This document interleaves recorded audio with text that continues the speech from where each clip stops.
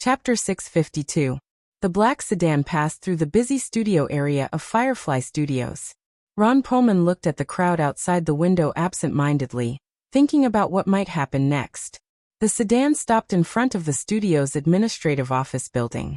The driver opened the door, and Ron Perlman saw three people standing not far away as soon as he got out of the car. The young man in the white shirt in the middle was particularly conspicuous, as he was surrounded by men and women in suits and professional suits. "We finally meet, Mr. Perlman."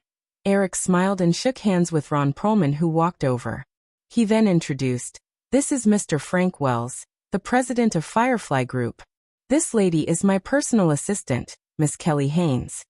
Ron Perlman almost immediately realized the familiar good cop and bad cop joke from Eric's Perfect Behavior. Jeffrey Katzenberg was undoubtedly the bad cop before, but even if he realized this little trick, the contrast with what he had encountered in the past week made Ron Perlman feel much better. "Nice to meet you, Mr. Williams," Ron Perlman said with a hint of friendliness in his tone. He shook hands with Eric, Frank, and Kelly one by one. After the introductions, Eric said, "I think you must not have had time to have lunch. There is a small restaurant here." Ron Perlman of course did not refuse. He brought his assistant and Eric to the restaurant inside the studio, where Eric often ate. After all, the two sides had just experienced a conflict. A simple lunch could only alleviate the awkwardness between them. After all, it was impossible for them to really warm up. After asking the waiter to remove the cutlery and change the coffee, Eric finally talked about business. He said, "Ron, since you want to talk to me in person, then I think you must have your own solution for the Marvel matter, right?" There was a hint of bitterness in Ron Perlman's heart again, but he still nodded. "Yes, Eric." After saying this, Ron Perlman still hesitated for a moment with some reluctance, but in the end he still continued somewhat dejectedly. "I basically agree with Firefly Group's debt-for-equity strategy, but there's one condition. Firefly Group has to bear the compensation to the shareholders of Marvel's circulating shares alone. My bottom line is just to take out the Marvel shares in my hands." Eric did not have Katzenberg's impatience at all. He still said calmly, "But this is too unfair to Firefly. We are weaker creditors than Marvel's shareholders. If Firefly bears this loss, our losses will increase again." Although Eric's words were not wrong logically, Ron Perlman still felt that it was too ridiculous to link the word weak with Firefly. "Eric, I know you definitely value Marvel very much. Its value will far exceed everyone's expectations. Since I've completely lost this time, I don't intend to continue to insist on anything now. The condition just now is my bottom line." Eric pondered for a moment and looked at Kelly beside him. "How much will it cost to redeem all the Marvel shares on the market?" Kelly almost wanted to roll her eyes at the pretentious Eric, but she still replied straightforwardly, "Marvel's stock price has fluctuated a lot recently, but according to the average of the stock price in the past 7 days, it will cost about $72 million to redeem all the Marvel shares on the market." $72 million is not a lot of money. Eric turned to look at Ron Perlman, ignoring the flash of joy in his eyes. He changed the topic and said, "According to Marvel's current situation, without Firefly's intervention, Marvel will have to take the initiative to apply for bankruptcy protection in federal court in a year at most. I'm guessing that at that time, if Andrew Holdings wants to solve this problem, it will definitely not be something that can be solved with $72 million. From Eric's tone just now, Ron Perlman thought that he was going to bear this expense, and was a little relieved. But when he heard Eric's next words, he was disappointed and tried to act shamelessly. "Eric, my company has no more funds. I'm sure you don't want this to drag on, right?" Eric shook his head and said, "No, you have funds. Everyone knows that you bought $400 million of Firefly bonds. I'm guessing that a long-term holding strategy is not in line with your investment creed. In that case, Firefly can redeem the bonds in your hands in advance, all or part of them. Of course, Firefly will never bargain like Wall Street investors. We can completely redeem the bonds at par." Ron Perlman did not expect Eric to know that his peers took the opportunity to bargain with him. Although he did not show any change on the surface, he still cursed in his heart. Eric was right. He did not have the intention to hold Firefly bonds for a long time. Originally, he planned to only keep a portion of the bonds to maintain his status as a creditor after he got the Firefly board seat, and sell the rest. With the popularity of Firefly's long-term bonds, even if he only held them for a few months, he could make a few million US dollars in profit. Even if he could not sell them immediately, the $400 million US of bonds could still bring in a stable $22 million US of interest dividends every year. Eric's seemingly generous redemption plan would still cost him at least a few million US dollars. Noticing Ron Perlman's conflicted expression, Eric did not rush him.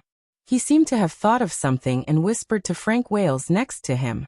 Ron Perlman was indeed conflicted. He suddenly realized that after going around in circles, he still had to accept the first solution proposed by Katzenberg more than a week ago. The only difference was that Eric's attitude towards this matter was very gentle, without the slightest bit of Katzenberg's aggressiveness. But this was nothing.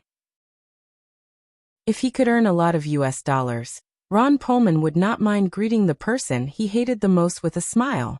Sensing that Eric and Frank Wales finished talking and looked at him again, Ron Perlman knew that he had no other choice. He could only say, "Eric, it's only 72 million US dollars. If Marvel's stock price rises, I won't pay a penny more." Eric nodded and did not care about these small details.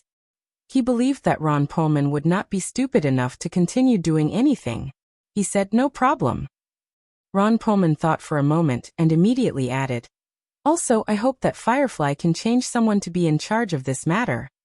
This is also why I brought Frank here." Eric smiled and pointed at Frank Wales next to him. "Frank will be fully in charge of this matter. Then you two can talk first. I still have work to do." "Excuse me." After saying goodbye to Frank Wales and Ron Perlman, Eric brought Kelly to the Victoria's Secret studio. He noticed that the female assistant kept looking at him. He smiled and said, "Just say what you want to say?" "No, I just feel that the way you handle this matter is completely like a middle-aged man in his 40s or 50s. That's not right." Kelly shook her head and said, "You seem to have always been like this. It's so strange. I rarely see your youthful side." Eric looked around and leaned closer to the female assistant. He whispered, "Why don't we work overtime tonight? I'll let you see my youthful side." Kelly blushed and pushed Eric away. She said, "I promised Nina to have dinner together. You can go and flirt with those little models in the studio. They'll definitely be more than willing." Eric shook his head and said, "I usually don't do anything with my female lead." Seeing Kelly's disdainful look, Eric explained awkwardly, "At least not during the filming period. This is true. I didn't expect you to be so professional." Kelly smiled and teased, "This has nothing to do with professionalism." Eric shook his head. "You know, I'm generally a very considerate lover. If the female lead still slept next to me last night, and if she didn't perform well on set the next day, it would be difficult for me to scold her without any scruples. This feeling of wanting to flare up but not being able to do so is actually very uncomfortable." Kelly rolled her eyes at Eric charmingly. Her tone was a little coquettish. "Okay, I take back what I said just now. You're a little bastard with violent tendencies." Star. Chapter 653. It was now September. The North American summer movie season ended at 21. It ended perfectly with a total box office of US $700 million. Of course, this perfect was only relative to most Hollywood studios. For Warner, this summer was very imperfect. As the holidays passed, the 4 major US public TV stations and a large number of cable TV stations also began to compete for the ratings of the fall TV series. Various new episodes or sequels of US TV series began to air at the end of August. ABC Television Network, which had just been acquired by Firefly Group, undoubtedly received the most attention. Before the merger of the two sides, ABC had already begun to occupy the largest TV market share. Once the programs launched by ABC were as popular as the movies of Firefly Pictures, it would mean that the market share of the other major TV stations would continue to be compressed.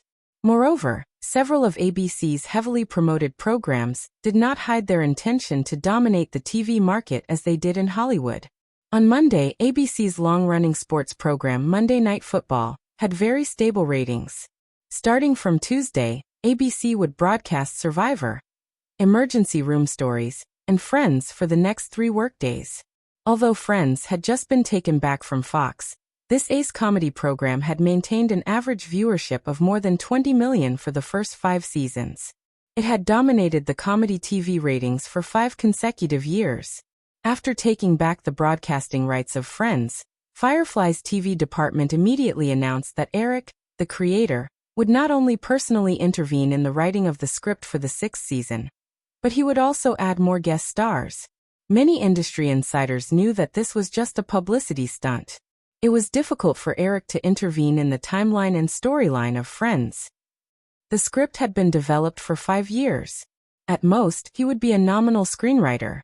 Only celebrity guest stars would be more reliable. But for fans of Friends, the effect of this publicity stunt was still very obvious. The promotion of the 6th season had just begun, and it had already caused a heated discussion. The entertainment media also predicted that the ratings of the new season were likely to hit a new high. At the same time, ABC's promotion of the 2 new shows, Survivor and Emergency Room Stories, was no less than Friends. Although the writing and production of these 2 shows had nothing to do with Eric, no one in the industry doubted Eric's taste in choosing shows. In fact, after ABC launched the reality show Survivor, which had been promoted by the original scriptwriter on several major television networks for a long time, an executive in the program production department at NBC was fired because he missed Survivor. Although there was no lack of internal power struggles, this was enough to prove the strong influence of Firefly in the television industry.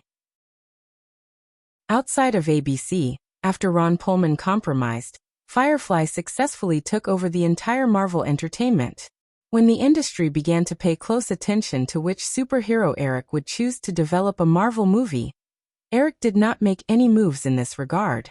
After completely merging Marvel Entertainment into Firefly Corporation, Eric only injected a sum of money into the struggling Marvel. At the same time, he asked the CEO of Marvel Entertainment, Avi Allard, to buy a comic company called Image Comics. Image Comics did not have the adaptation rights that Eric was interested in. The reason why they bought this comic project, which was only the size of a studio, was mainly to make up for the mistakes made by Ron Perlman. In 1992, because of dissatisfaction with Ron Perlman, the 7 popular chief writers in charge of Marvel's main series such as Spider-Man and X-Men all left to set up Image Comics. After that, the quality of Marvel's comics plummeted. In 1993, Ron Perlman began to issue large amounts of junk bonds under the shell of Marvel. The debt burden of hundreds of millions of dollars immediately dragged Marvel into the abyss. Although Eric was interested in the superhero copyrights in Marvel's hands, Marvel, which had a rich foundation, would still be able to achieve very good revenue even if the comics industry began to shrink as long as it was independent of capital operations and stable operations. Before the development of special effects technology, Eric did not intend to let Hollywood enter the era of comic adaptation so soon. Therefore, before that, letting Marvel be self-sufficient was undoubtedly the best choice. For this reason, Eric also pulled strings and handed over the adaptation rights of the popular movies and comics developed by Firefly in recent years to Marvel.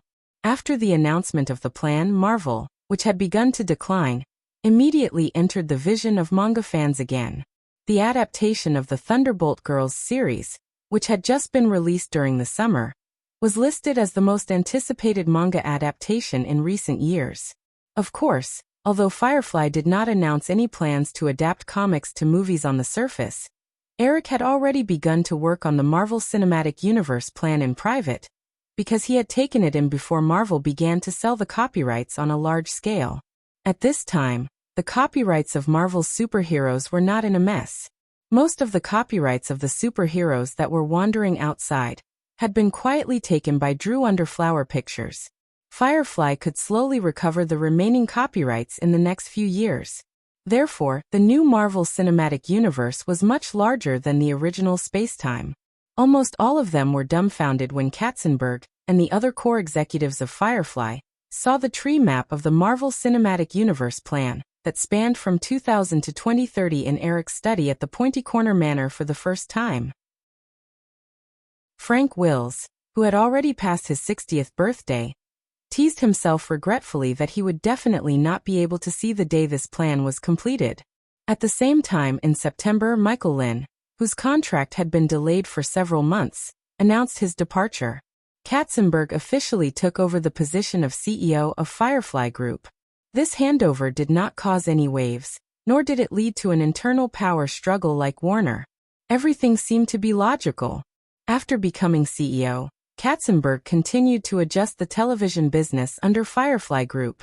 The first thing he faced was to sell the hand-drawn animation department separated from Disney at a good price. At the same time, he had to re-establish a completely digital Disney animation department. Eric did not intend to turn Pixar directly into Disney's animation department. Pixar, located in San Francisco Bay, had a completely independent corporate culture and creative philosophy. Forcing it would only disrupt Pixar's own rhythm. However, the new Disney animation department would receive Pixar's unreserved technical support. Moreover, from the long pace of animation production, Pixar and the future Disney animation department would not form a competitive relationship. Instead, they would be able to provide Firefly with sufficient 3D animation content. What's more, maintaining appropriate competition between the different departments was also a good way to stimulate creative vitality. In addition to all these things, the Victoria's Secret annual show, which Eric had invested a lot of energy in, had also entered the rehearsal stage. For the Victoria's Secret show, the media would criticize and ridicule Eric's improper work every 2 to 3 days. After the Victoria's Secret show began the early publicity, an NBC financial program even calculated for Eric.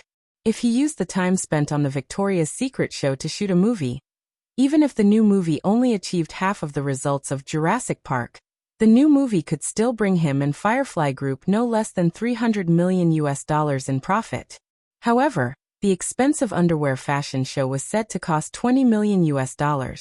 Even if Eric's reputation could receive very high ratings, and even recoup some of the investment through the release of videos, the possibility of recouping $20 million in investment was still very slim, and the possibility of profit was even slimmer. However, Eric had never thought of using the Victoria's Secret show to make a profit. Although the NBC program had caused a lot of discussion, its calculation was very unreliable in the eyes of many people, let alone Eric, who only laughed it off. After the Victoria's Secret show plan was revealed, Eric and Victoria's Secret were frequently linked by the media.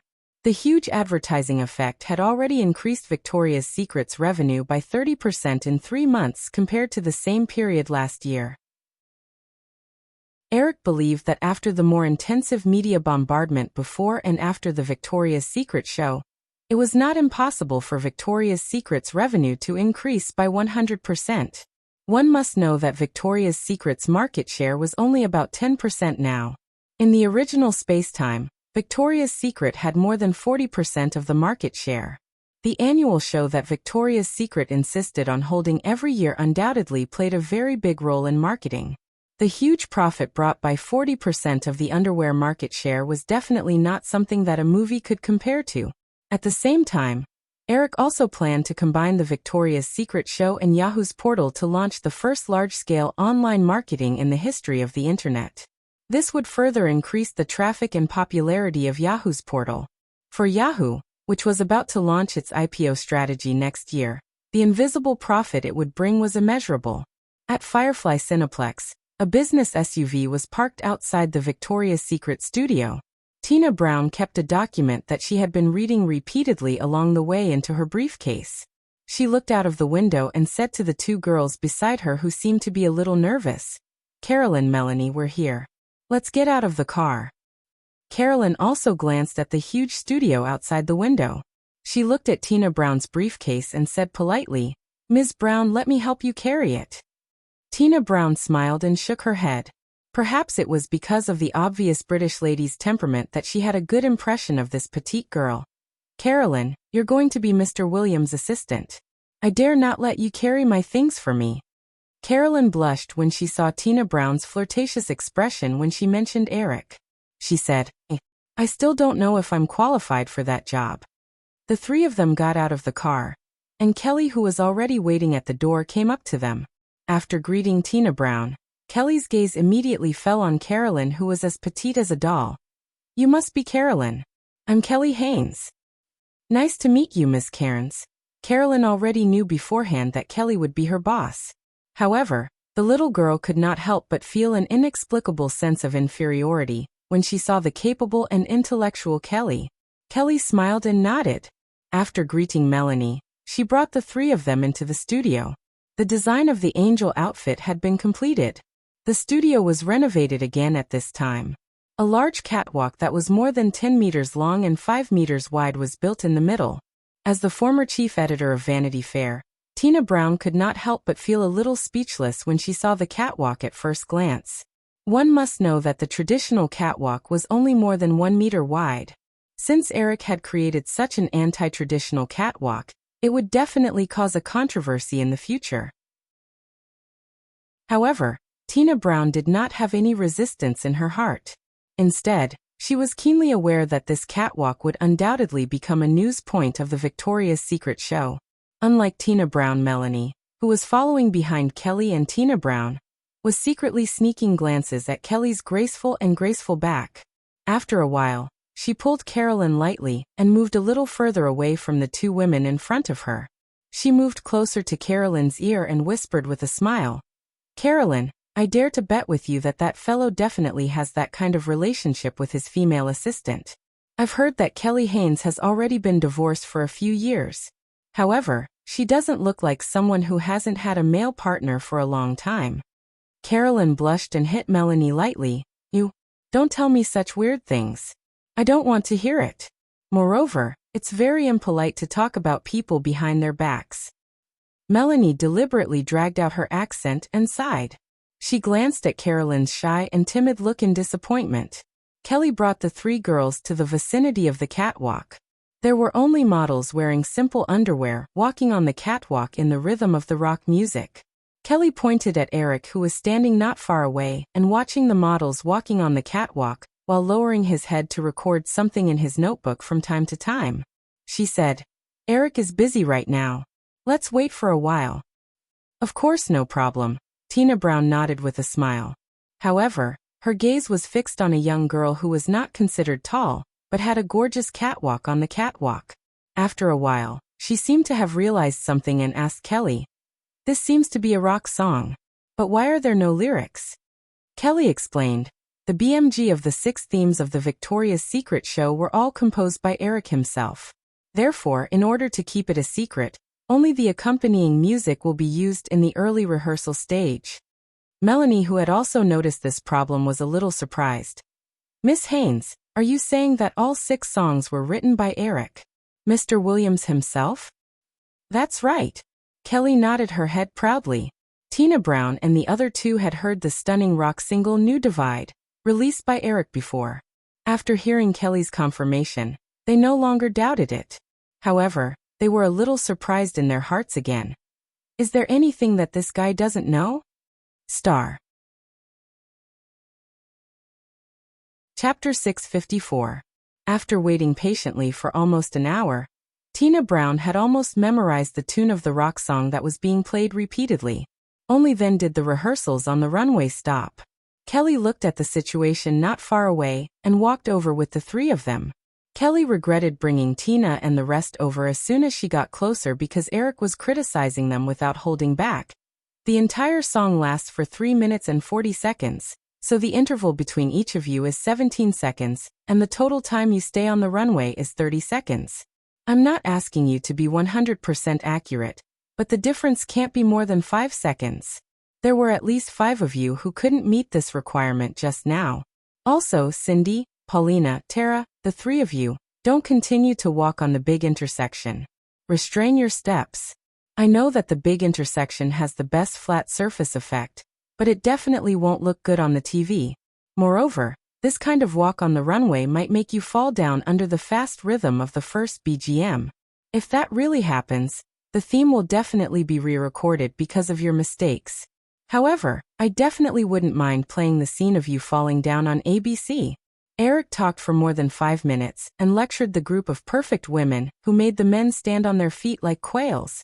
Only then did he stop reluctantly and reached out his hand subconsciously. Kelly rolled her eyes and passed a bottle of mineral water to him. Only then did Eric notice Tina Brown, Carolyn, and Melanie behind him, who looked a little unnatural. Without changing his expression, Eric signaled them to wait. He drank a few mouthfuls of water and said to the models, "Okay, that's all for the morning. Diane, Cindy, Tara, the three of you go and change your clothes. We'll have lunch together later."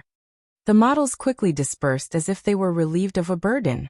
Eric turned around and hugged Tina Brown passionately and said, "Tina, have you been waiting for a long time?" Tina Brown smiled and shook her head. "It's nothing. It's just that the way you work is really impressive." Eric spread his hands and said, "You know, with my age, if I'm not strict, it's hard to make this group of beauties listen to me." Tina Brown knew Eric's other intention in doing that, but she did not expose him while smiling. Eric hugged Melanie Gleason again before walking up to little Carolyn. He teased, "Carolyn, I haven't seen you in a few months. You seem to have grown a little taller."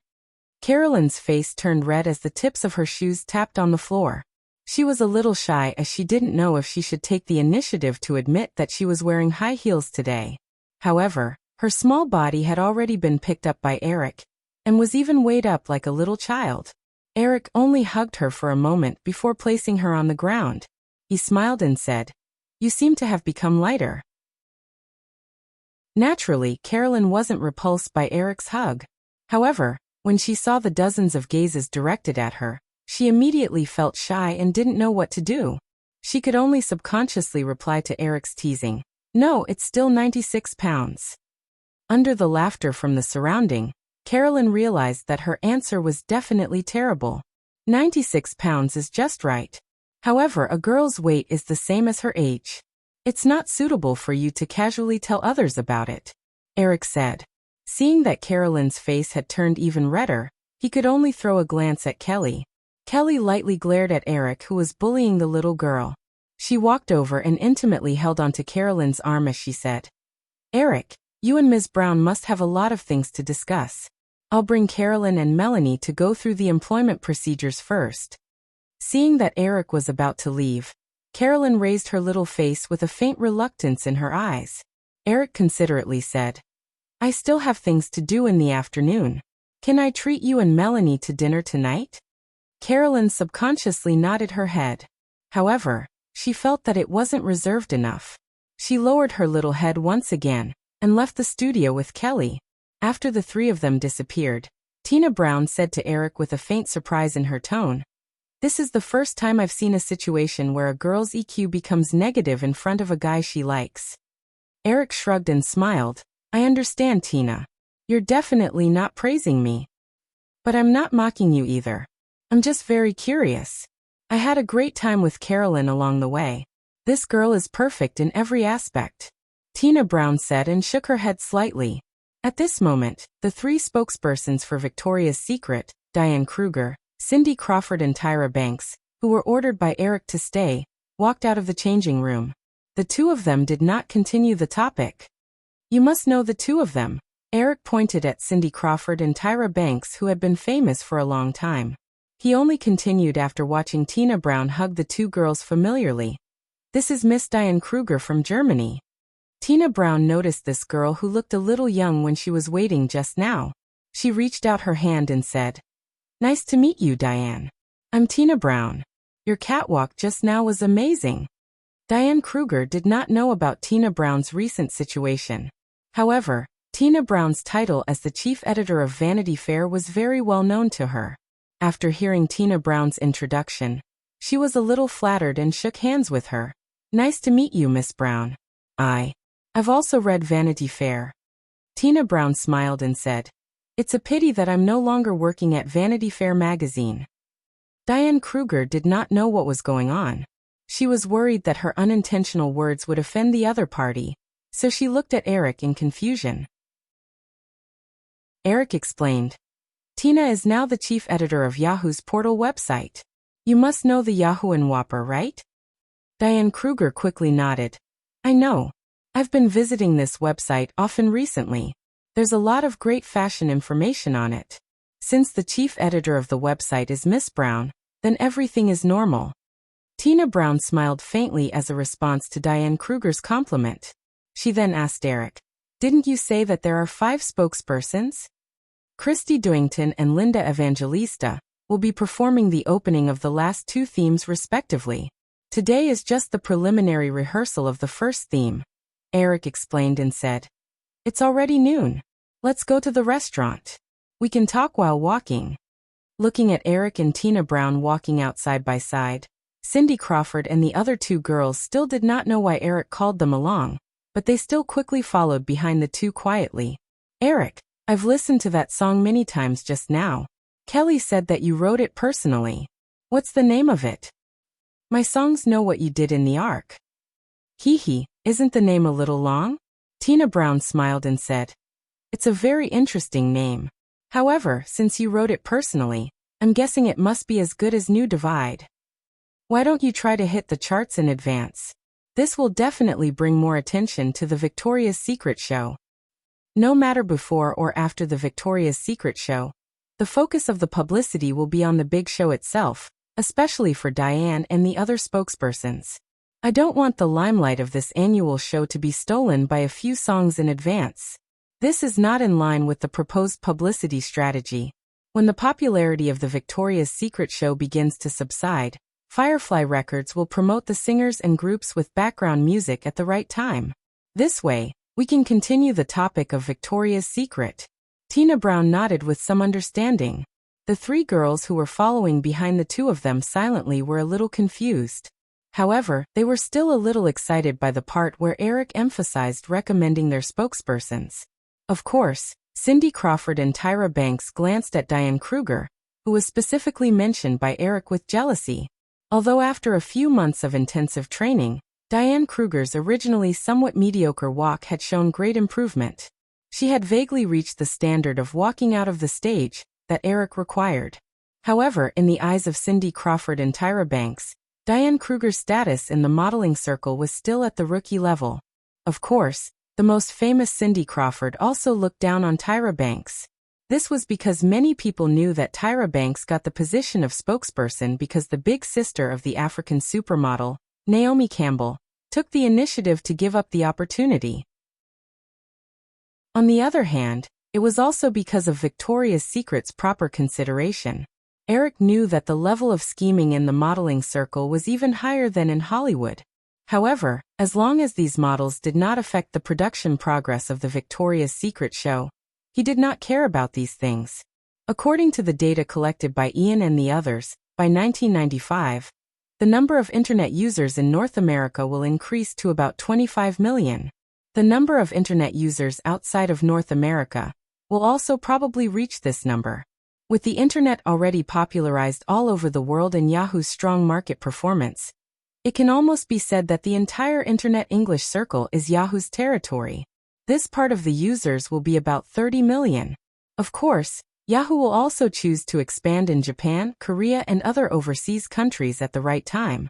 However, what we're going to discuss today is still the matter of further expanding the influence of Yahoo through the Victoria's Secret show. After dinner, Eric started to talk about business with Tina.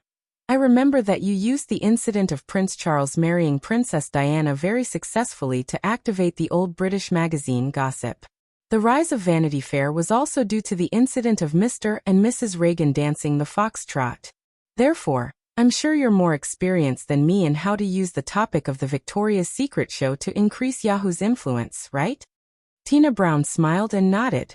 She handed a prepared document to Eric and said, "This is the preliminary plan that I came up with based on some of the information that you sent me. However, the information that you gave me before was not very complete, so I didn't do some things in detail." Eric looked through the plan patiently. Initially, he wanted to tell Tina Brown about the internet hype in the later generations. However, Tina Brown's plan covered almost all aspects of the internet hype in the later generations. Eric could not help but feel that he really could not underestimate the wisdom of the ancients. In the plan, Tina Brown not only listed how to gradually release news on the portal in the early stages of the Victoria's Secret show, but she also planned to use the Yahoo forum to attract netizens to interact with each other after the Victoria's Secret show. She even came up with a plan to select the most popular supermodel through online voting. Noticing that Eric's expression became a little strange, Tina Brown asked worriedly, "Eric, what do you think?" "Of course, it's very detailed."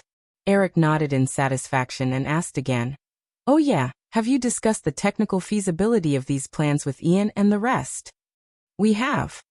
Tina Brown nodded affirmatively. "The other few projects are not too difficult. Steve's team has recently optimized the compression algorithm of the GIF image again. With the current average network speed, Yahoo's webpage can open an image of about 20 centimeters in length and width within 2 seconds. Moreover, the image quality is very good. There's also the voting system. I'm worried that Steve will delay this, so I specially asked Ian to be responsible for developing this system. We will definitely be able to launch it as soon as possible after the Victoria's Secret show in December. Moreover, if the results prove to be very good, we can also reuse this voting system for other projects." Tina Brown's words were very general. Although Eric did not see the prototype of this voting system, he suddenly thought of another famous social media website that suddenly rose to prominence with the help of the voting system. However, it seemed that now was not the time to launch FB. Eric could only shake his head and forget about it for the time being.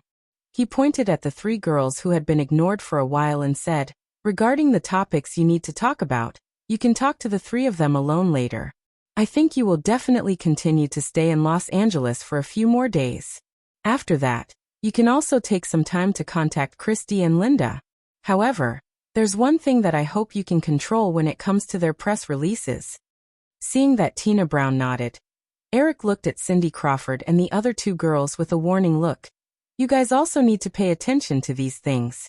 I don't care what your private life is like, but before the Victoria's Secret show, I definitely don't want to see any messy news about you guys appearing on the tabloids. Of course, I won't interfere with your normal relationship." Even if Eric did not remind them like this, most of the models who wanted to take this opportunity to hook up with some super rich guy would not have any messy news. Cindy Crawford and Tyra Banks of course nodded their heads meaninglessly to agree. Diane Kruger hesitated for a moment, and nodded her head obediently.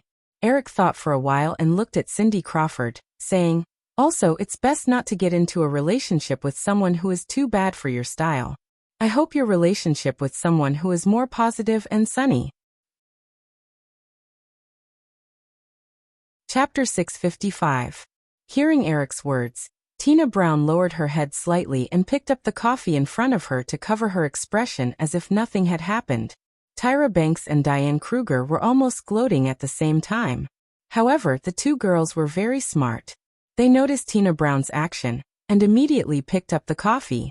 Cindy Crawford, who was extremely embarrassed, just wanted to pour all the coffee in front of her on the hateful guy's face. "Just you wait, you bastard. One day, I'll make you pay the price," Cindy Crawford thought in her heart, but it didn't stop her delicate face from showing an innocent and resentful expression. She looked at Eric like an injured Persian cat. This was one of Eric's weaknesses that Cindy Crawford accidentally discovered a few days ago. That day when she checked the training results of the models for the first time, there was a girl who always looked at her feet when walking on the runway. She was scolded by Eric several times. When the girl walked on the runway again crying, Eric immediately stopped scolding her. Instead, he specifically asked the trainer to patiently guide the girl on how to get rid of the weakness of always looking down. Eric didn't know that he had become the target of this seductive scheme.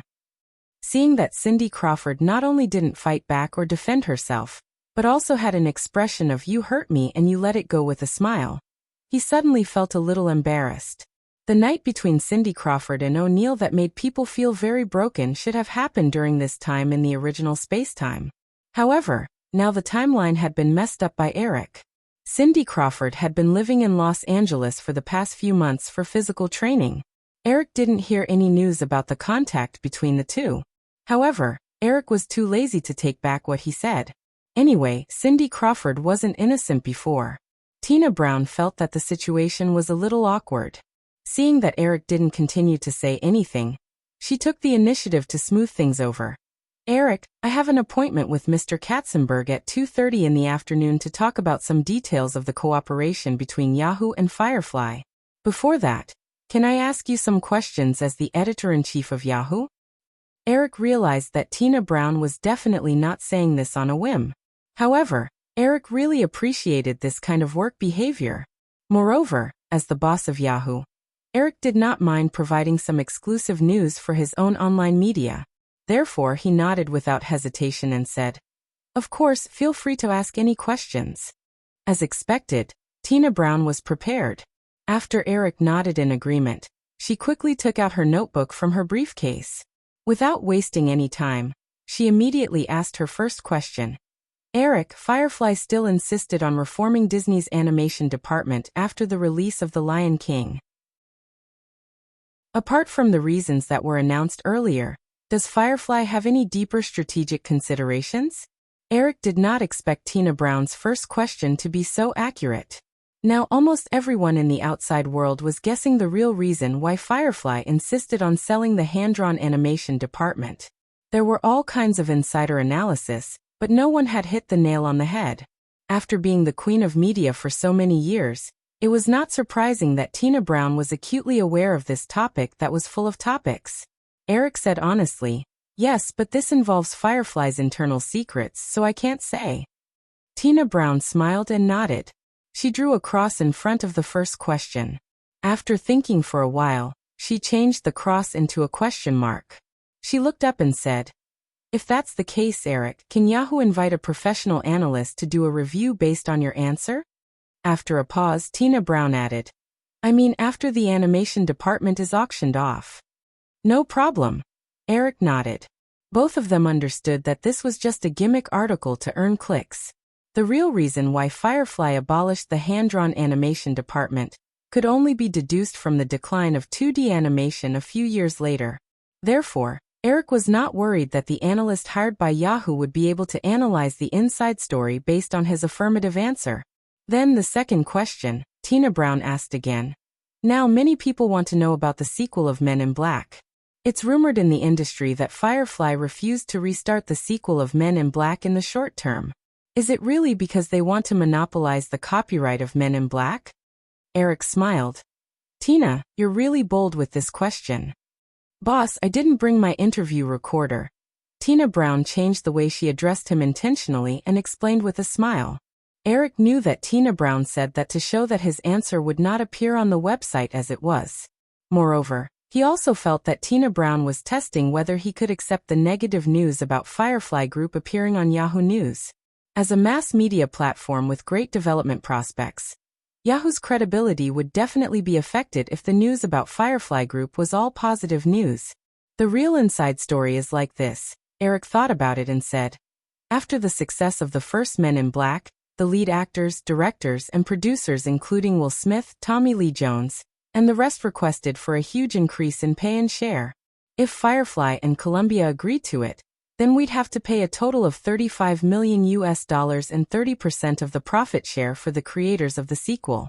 The production cost of the sequel would reach $1 billion, including the huge distribution and marketing costs in the later stages. The total cost of the project might be close to $200 million. Eric paused as he spoke up to this point.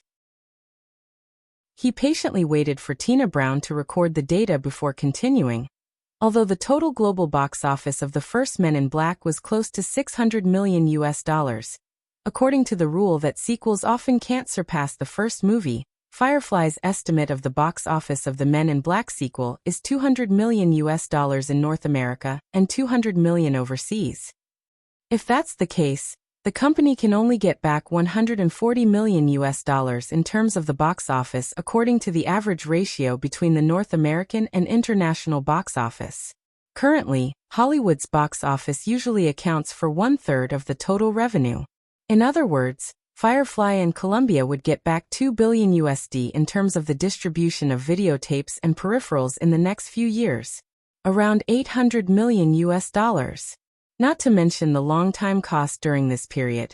The total profit of the entire sequel after mining all the profit points is $2 billion. $200 million. That's $2 billion. 30% of the $200 million will be given to the creators. That's another $66 million.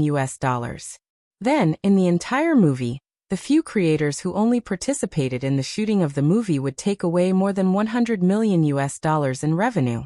The two major movie companies, Firefly and Columbia, who invested countless manpower and resources in the production, marketing, and distribution of the movie, would only get $1 billion $500 million, and that's split between the two companies. Tina, do you think Firefly needs to develop a sequel under such circumstances? Tina Brown smiled and shook her head. According to Eric's analysis, Firefly and Columbia would basically be working for the few creators if they started to film a sequel. It was obviously not worth it. Diane Kruger and Tyra Banks listened to Eric casually talk about the inside story of these Hollywood blockbusters. While their curiosity was satisfied, they could not help but have some doubts.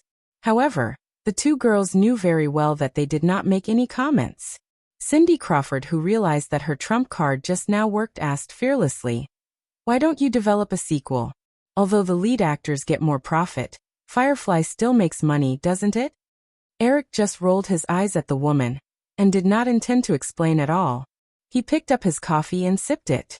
Tina Brown wrote down some of the data that Eric said and said to Cindy Crawford with a smile, "Cindy, let me give you an example. If you start a company in the future and hire a CEO to manage it for you, this company can make $10 million a year. However, you realize that the CEO's annual salary is almost $10 million as well. Under such circumstances, would you still be willing to hire him?" Cindy Crawford opened her mouth and wanted to argue. However, she realized that if it were her, she would definitely kick that CEO out and replace him with a manager whose annual salary was lower than $1 million. "Of course you wouldn't," Tina Brown said as she watched the change in Cindy Crawford's expression. "The current situation of Men in Black is similar to the CEO that I just mentioned. This CEO can only bring in $10 million of profit for the company, but he has to take away $10 million of annual salary. No company would allow this to happen. Of course, the Hollywood movie companies in reality would definitely be different. If it was MGM or Columbia, they would face losses if they did not start the sequel of Men in Black. They could only pay a high salary for the main creators. However, Firefly, who had more choices, didn't need to do that. This was because there was also the issue of time and cost involved. The movie schedule was limited every year. Firefly would definitely choose a project with a higher profit margin, such as this year's Lion King. This animation would bring in $1 billion of profit for Firefly in the next few years. However, if they changed the schedule of Lion King to the sequel of Men in Black, Firefly's final profit might not even reach $100 million. Eric, am I right? Tina Brown looked at Eric when she said the last sentence. Eric nodded. "I have to say, Tina, your comprehension is amazing." Tina Brown smiled politely and said, "Thank you for your affirmation, Eric. However, if it wasn't for your data just now, I definitely wouldn't have been able to analyze this. However, do you think I should publish this data on Yahoo News? This topic is likely to cause the hostility of Hollywood stars towards Firefly. The problem of Hollywood stars' inflated pay needs to be solved eventually. Otherwise, it will affect the future development of Hollywood. When you go to Firefly's headquarters later, you can also ask Katzenberg to provide you with some information. He had hoped that Hollywood stars' pay would return to rationality since a few years ago. So, take the opportunity to make a special topic on this topic. Firefly's main movies in recent years have not relied on superstars, and they won't in the future. So, Eric shrugged and said, "I'm not worried about their hostility at all." Tina Brown nodded slightly excitedly. She realized that this topic would definitely cause a heated discussion. The corresponding section of Yahoo News would also increase its attention because of this heated discussion. The sense of accomplishment brought by this effect was similar to the increase in sales of the magazines she managed before. With this matter in mind, Tina Brown hurriedly finished asking the remaining few questions. She left Cindy Crawford and the other two women's business cards, and agreed to discuss the matter of creating hype for them on the internet at night. Then she hurriedly left Firefly Cineplex. Although Tina Brown was in Los Angeles, the topic of discussing Hollywood stars' inflated pay landed on the front page of Yahoo's portal the next day. The entire topic section used the delay of the sequel of Men in Black as the lead. Through a number of very professional articles, it discussed in detail the reasons for the inflated pay of Hollywood stars and the various impacts it had brought to Hollywood in recent years. Although the discussion of Hollywood stars' high pay due to various bundling strategies had never stopped since Michael Ovitz created CAA, the topic this time was far more popular than any previous time under the full support of Firefly and Tina Brown's effective operation. The related articles on Yahoo's portal were republished by more than 300 newspapers and media in North America and Europe in just a few days. Subsequently, the four major film companies, Firefly, Fox, Columbia, and MGM, immediately issued a statement saying that they would gradually adjust the company's production strategy to improve the current situation of excessive pay for leading actors. Although Warner Brothers, Paramount, and Universal were not members of the Firefly Alliance, they quickly issued a similar statement under the circumstances of having the same interests. The unified statement of the 7 major film companies immediately caused a huge shock in the industry. The Screen Actors Association jumped out immediately and said that if the 7 major film companies were to reduce the pay of actors, the Screen Actors Association would resist by going on strike. Some of the actors who were stirred up also showed signs of being ready to take an instant vacation at any time. In the face of this situation, Yahoo News immediately issued a rebuttal article, saying that the strategy of the 7 major film companies to reduce costs was only targeted at a small number of stars with inflated pay, and not most of the ordinary actors. The Screen Actors Association was obviously controlled by a part of the interest class, and was misleading the public in this way. In Hollywood, which had just experienced a successful summer season at the box office, no one wanted to see a strike. Firefly and several other major film companies quickly clarified that they would not reduce the pay of ordinary actors.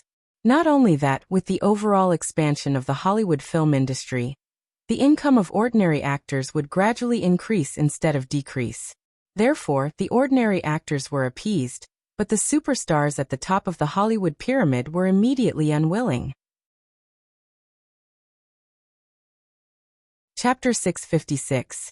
In 1994, the members of the American Society of Film and Television Actors, SAG, had reached more than 120,000 members. More than 99% of the members' annual income was basically the same as that of the working class. Only less than 1% at the top of the pyramid could live a glamorous life in Hollywood. While enjoying generous remuneration, this group of people also held a large part of the power in Hollywood. When the 7 major film companies publicly announced that they would reduce the remuneration of top superstars, these top superstars quickly formed an alliance under the collaboration of the Actors Association and several major agencies.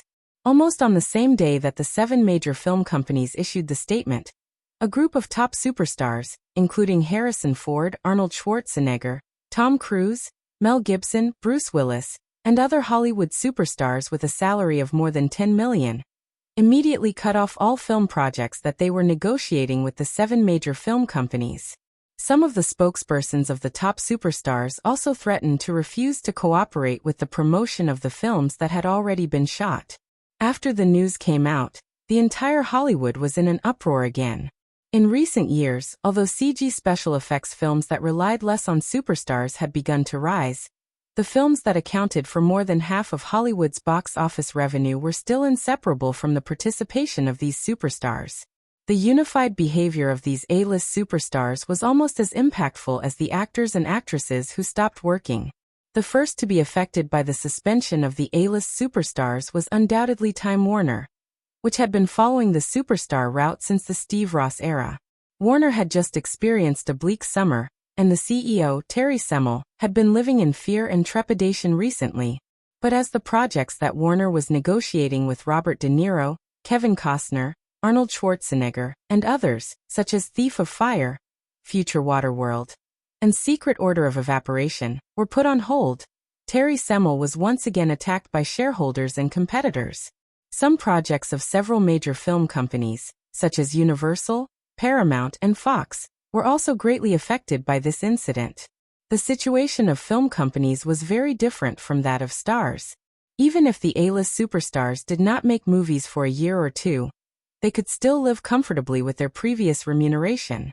But film companies could not stop production for a year or two for no reason. Without continuous hot films, the film companies would soon face serious problems such as a sharp decline in revenue and a breakdown in the capital chain. When some of the executives of the film companies who were in a dilemma turned their attention to Firefly, they found that Firefly's film companies were basically unaffected. Firefly's 2 films at the end of the year, Face and Runaway Bride, had basically been completed. Needless to say, Runaway Bride starring Julia Roberts. Although Nicolas Cage, an A-list superstar, had participated in Face, since the film was already completed, it would not have much impact on the film's release. Even if Cage completely disregarded his old relationship with Eric and Firefly, he would not have much impact on the release of the film.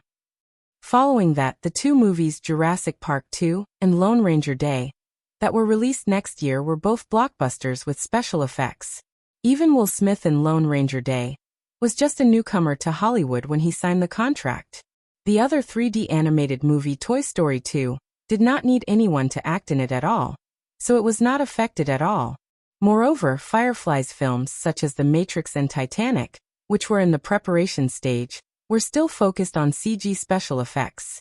Although Firefly had also contacted some A-list superstars, judging from Firefly's previous films, even if there were no superstars involved, Firefly did not seem to be too worried about the film's quality and box office.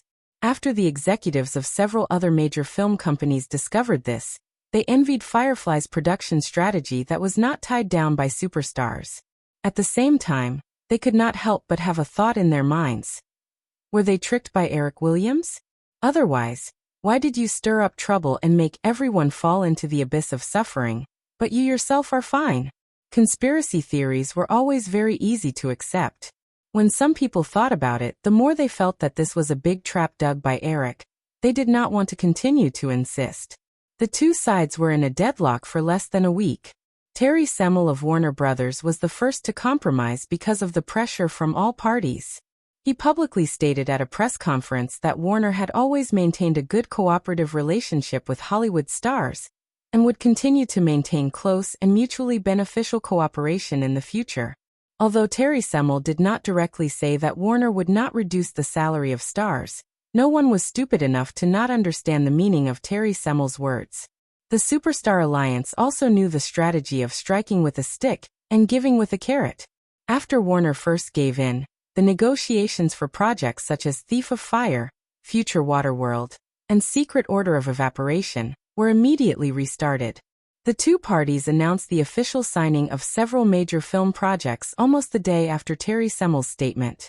Following Warner's compromise, Universal, Paramount, and even Fox, Columbia, and several other companies also made compromises either openly or secretly. Firefly Group was the only one that remained silent. In the steeple manner, Nicole, who had just taken a shower, walked into the bedroom wrapped in a light pink silk nightgown. She walked barefooted across the slightly cold floor and jumped onto the bed. I really don't understand why you don't like the carpet in the bedroom. It's very comfortable to step on, Nicole said as she pecked Eric's face affectionately a few times while he was leaning against the headboard, reading a document. Eric didn't even raise his head as he said, "The carpet costs money." Nicole rolled her eyes and suddenly smiled again. She said, "Are you still disappointed that your conspiracy didn't succeed? You're thinking too much. I didn't have much hope, so I'm not disappointed." Nicole stared at Eric's face for a few seconds and said, "You're not disappointed, I can see it." Eric smiled and handed a document to Nicole. He said, "Here, take a look." Nicole curiously took the document. When she saw the dense data and charts, she suddenly lost interest and threw it to Eric. She said, "Just tell me what it is, I don't understand." This is the internal data and statistics of Yahoo. The industry is very curious about Yahoo's operations. If you take this document out, even if you offer $100,000, people will rush to buy it. Nicole pretended to be surprised. She covered her mouth and said, "Wow, that's amazing." Eric glanced at Nicole's seductive figure as her pajamas slid down her shoulders. He smiled and said, "You're so big. It's not cute at all to pretend to be a little girl." Nicole pouted at Eric and pulled up her pajamas. She said, "You're so unromantic. Are you not interested in me because you've been with those beautiful models for too long?" "I'll definitely teach you a lesson later," Eric said with a smirk. "But since you came here today to find out what I'm thinking, I should satisfy your curiosity first, right?" Nicole blushed and admitted, "I'm not interested in these things, but Hanks and the others want to know what you're thinking, so they asked me to ask. My thoughts are basically all published on Yahoo. In the end, it's about making Hollywood stars' salaries rational. That's it." Nicole tilted her head curiously. She asked, "What kind of salary do you think is rational?" Eric thought for a while and said, "A star's salary should not exceed 20% of a film's profits. That's reasonable. When I say rational, I don't mean reducing the actors' salaries.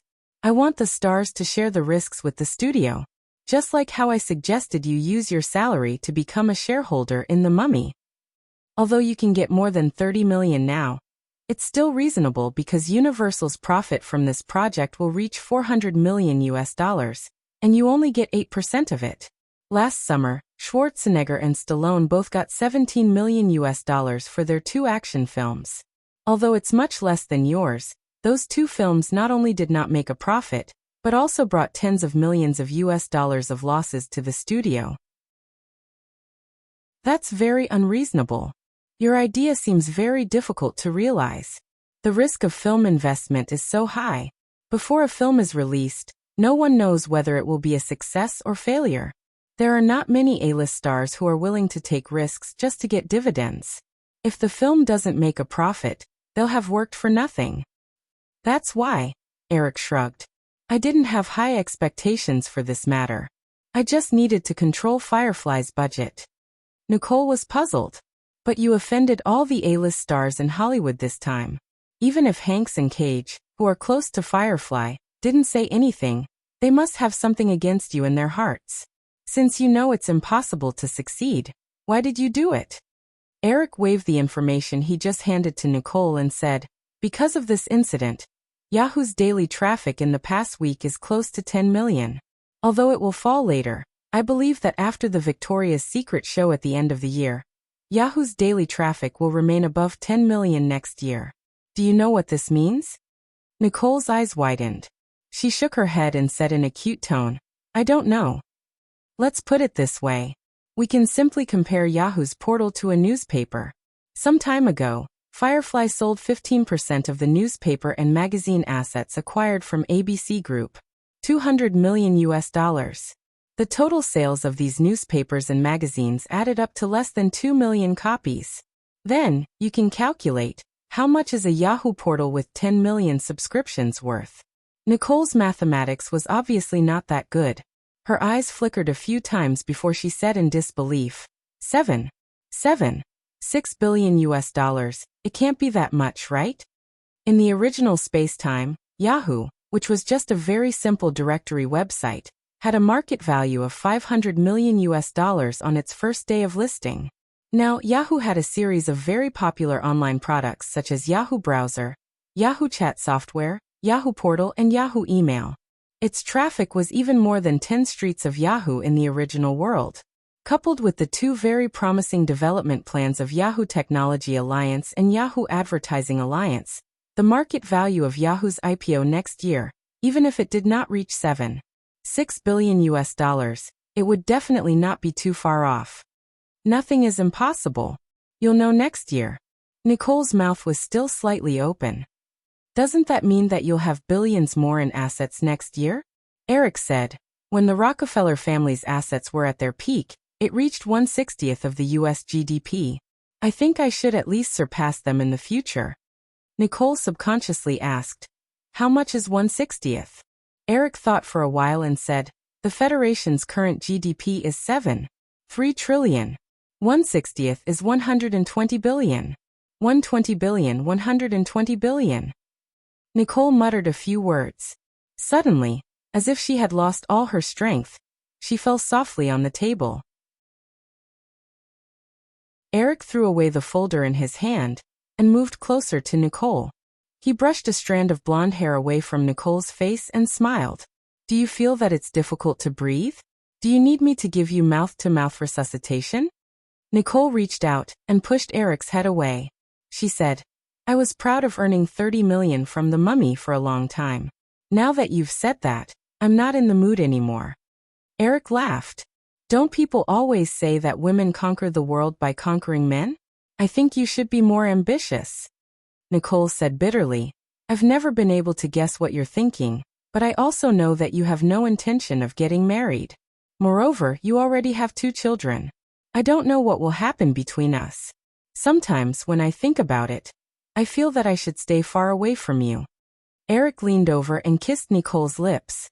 He reached out and took off the silver necklace around her neck. He opened the heart-shaped pendant and saw a rose-colored ring lying quietly inside. Nicole looked at Eric with soft eyes. She picked up her left hand and put the ring on her ring finger. There was a hint of expectation in her eyes. She said, Are you proposing to me? Eric shook his head. Before Nicole could show a disappointed expression, he said, No, a proposal should be put on the middle finger. If you put it on the ring finger, it means that you're already my wife. Nicole raised her arm and looked at the ruby on the ring under the light. She said, No proposal, no wedding. What's worse is that this ring isn't the only one. You want to have me like this? Don't even think about it. Eric said, If you're not afraid of being affected by you, Luan, I can arrange a wedding for you at any time. Nicole's eyes lit up, but she immediately asked, Then what about them? If you want it, they will definitely ask for it. Nicole immediately wrinkled her nose in dissatisfaction. Do you want to marry again? The laws of the world are only to restrict people who can be restricted. With my will, I can have many wives. Nicole's eyes flashed. I think that maybe you can join the Mormon religion. That would make it more legitimate. Eric held Nicole's face and kissed it fiercely. He said, I just said that with my will, I can have many wives. I don't need the affirmation of external things, whether it's the federal laws or God in heaven. Therefore, I won't join the Mormon religion for the affirmation of the secular world. That would be deceiving myself. Chapter 657. After the heart bypass surgery, although Michael Eisner was repeatedly advised by his family and doctors to rest, he was already sitting in his office at Worldwide headquarters at 7 o'clock in the morning. Because at 10 o'clock in the morning, Firefly would officially auction its hand-drawn animation department at the Beverly Hilton Hotel. Michael Eisner turned on the brand-new IBM desktop computer on his desk and quickly clicked on the top link on Yahoo's entertainment page. He read the detailed list of assets of the animation department that was about to be auctioned with mixed feelings.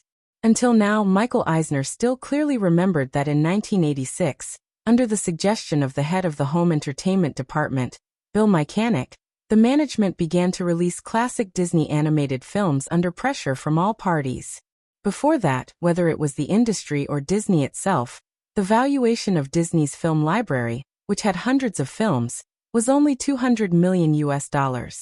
But then, Disney tried to release the 1940 Pinocchio videotape for the first time. Although they spent a high marketing cost of $7 million, 7 million boxes of this animated film were sold within a year, with sales reaching $51 million. The sales of the following animated films, such as Sleeping Beauty and Cinderella, all exceeded the valuation of Disney's film library of $200 million. Michael Eisner, who witnessed the rise of Disney's 2D animated films in the late 1980s, felt that he knew the value of Disney's animated films better than anyone else. When Firefly threw out the news of selling the animation department, after confirming that it was not fake news, Michael Eisner's first thought was to buy it at all costs. Even if the box office of The Lion King did not explode, Michael Eisner felt that he should do the same. However, the reaction of Panasonic, the parent company of Worldwide, poured a bucket of cold water on Michael Eisner's head. Panasonic's desire to enter the entertainment industry was not so enthusiastic from beginning to end. When they followed Sony to buy Universal, they were completely worried that they would be left behind by their competitors in the electronics industry. In the past few years, Panasonic had found that buying a Hollywood film company did not have an obvious effect on the promotion of their electronic products. The Japanese also realized that from the beginning, they were severely tricked by Hollywood. Compared to Sony, Panasonic did not want to continue managing worldwide. They would not fork out more than $1 or $2 billion for an animation department. Michael Eisner, who was unwilling to give up, had flown to Japan 3 times in a row in the past month, but he had not been able to get any support from Panasonic. However, things soon took a turn for the better. The success of The Mummy brought worldwide very good financial results. Panasonic planned to take advantage of this opportunity to cash in on worldwide. Coincidentally, the Seagram Group from Canada also expressed their desire to enter Hollywood at the same time. The two sides quickly entered the stage of secret negotiations. As the head of Universal, Michael Eisner was naturally part of the negotiation. During this process, Michael Eisner realized that the CEO of the Seagram Group, Edgar Bronfman, had a strong interest in the media industry, so he took the opportunity to persuade Edgar Bronfman to buy Disney's animation department before he took over Universal. Encouraged by the success of The Lion King, Edgar Bronfman did not hesitate and agreed. Time passed unknowingly. The secretary knocked on the door and pulled Michael Eisner out of his thoughts. "Mr. Eisner, Mr. Bronfman is here." Michael Eisner stood up and tidied his suit. He showed a professional smile and went up to greet him. At the same time, a tall middle-aged man with a beard and glasses walked in. After greeting each other warmly, Michael Eisner said, "Then Edgar, let's go now." Edgar Bronfman hesitated and said, "Michael, don't we need to wait for Mr. Ovitz?" Michael Eisner shook his head slightly and said, "Edgar, if you are sure that you want to buy Universal, maybe we need to find time to talk about Michael in detail. But today, let's focus on Disney's animation department." Edgar Bronfman realized from Michael Eisner's expression that the recent news about the relationship between Michael Eisner and Michael Ovitz, who had been friends for decades, breaking up was true. However, after Eisner said that, Edgar Bronfman did not mention Michael Ovitz anymore. The two of them took a car and rushed to the Beverly Hilton Hotel. They spent a sweet night together. Although Nicole really wanted to attend the animation department's auction with Eric, she had to fly to New York with her agent, Pi Kingsley, early in the morning to discuss a film contract. After The Mummy, Nicole planned to film an indie film before the filming of the sequel to The Mummy began. She wanted to hone her acting skills and get nominated, so as to improve her image in the eyes of the film critics. Eric considerately sent Nicole to the plane personally, before rushing to the Beverly Hilton Hotel. After getting out of the car in the parking lot, Eric saw Kelly rushing over with a blue folder. He said, "I'm so sorry, Kelly. Something came up." Kelly smelled the faint perfume on Eric's body. Although her expression did not change, she could not help but say, "You are my boss. You don't have to apologize to me."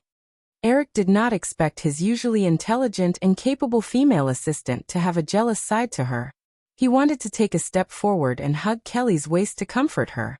However, a black Cadillac drove into the parking lot. Kelly, who was shocked by Eric's action, rebuked him and took a step back. Just as she was about to complain, a few people got out of the Cadillac and walked towards Eric.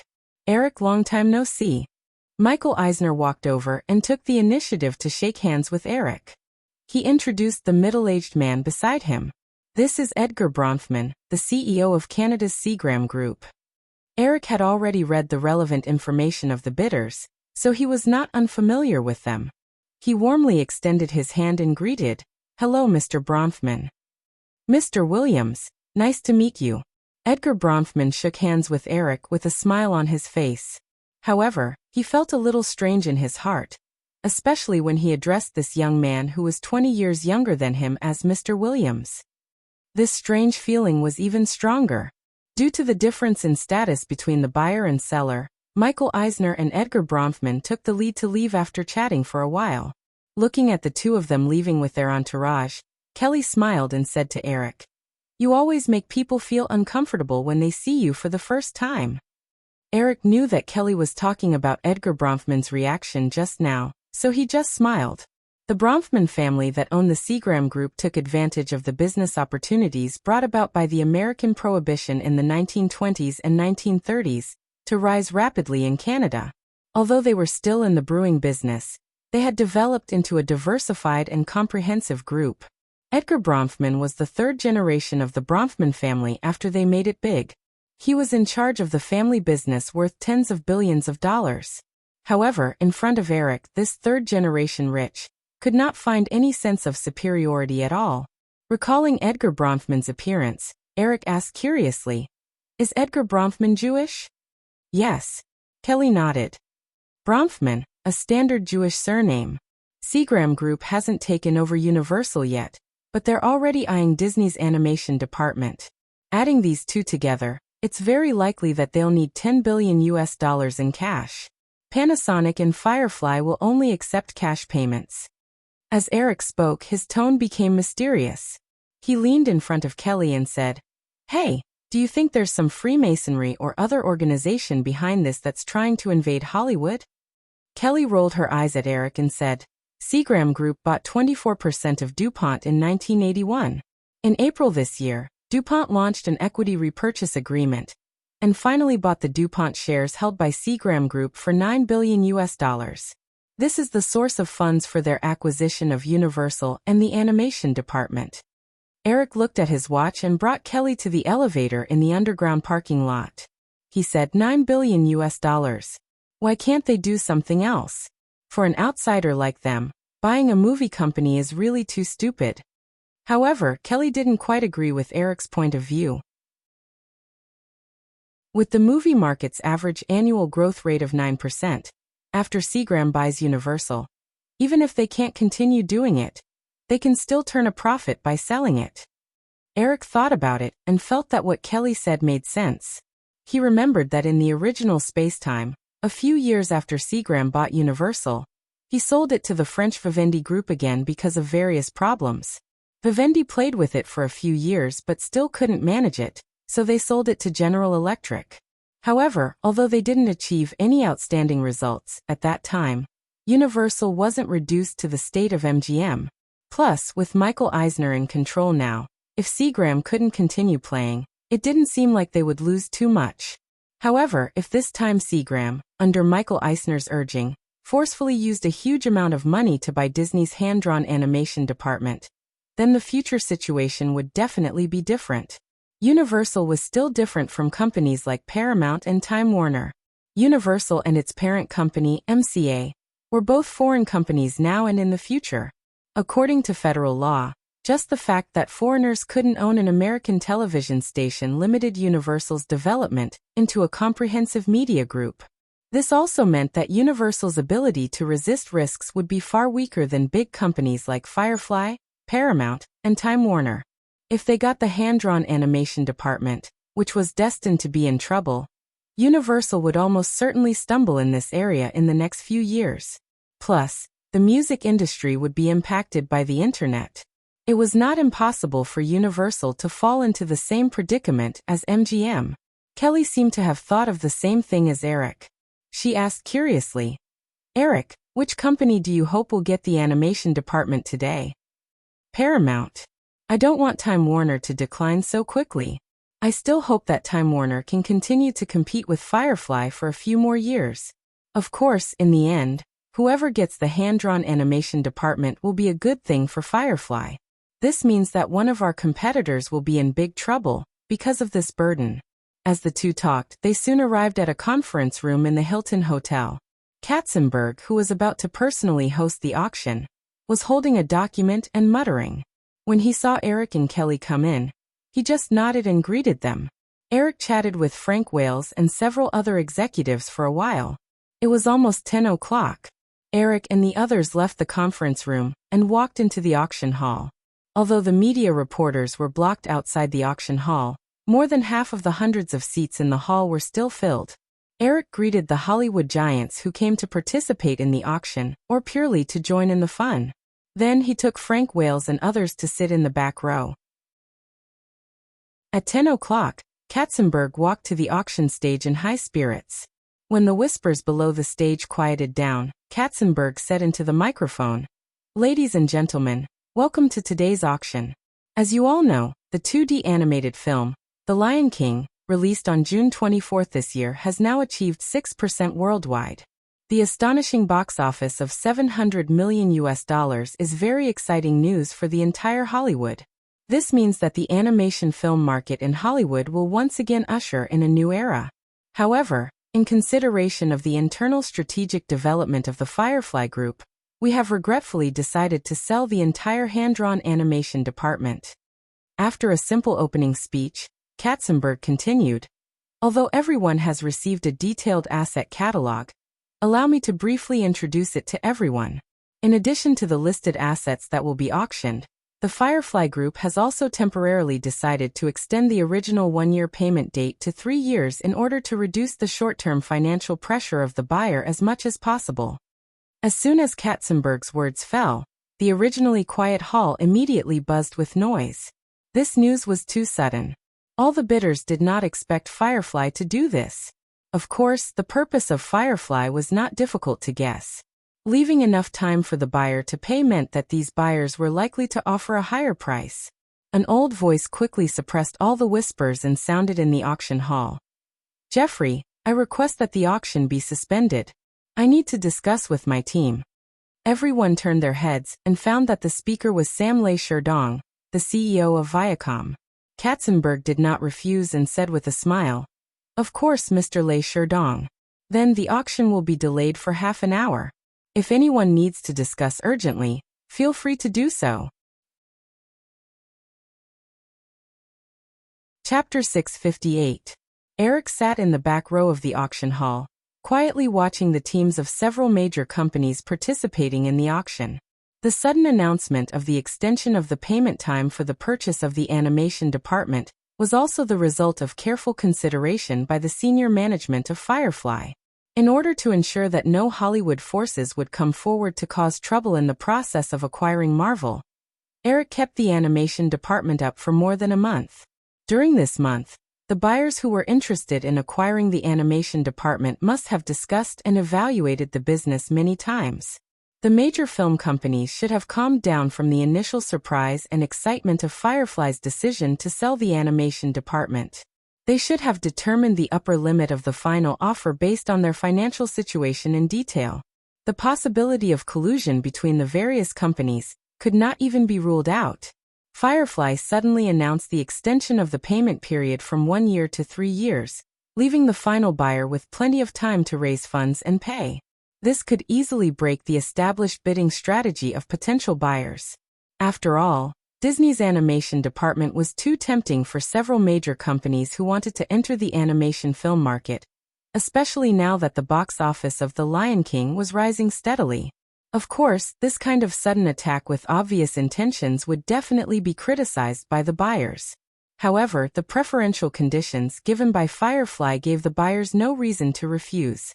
Almost everyone in the hall left. Katzenberg walked to the podium and sat down next to Eric. He asked excitedly and expectantly, "Eric, how much do you think we can get this time?" Eric said, "It can definitely exceed $2 billion. A few days ago, the big stars boycotted the studio's act of reducing their pay. This should give them some inspiration and raise the price a little higher. After all, not only can animated movies bring more revenue than live-action movies, but the characters in them won't ask for as high a salary as the big stars. It can also reduce their dependence on live-action movies."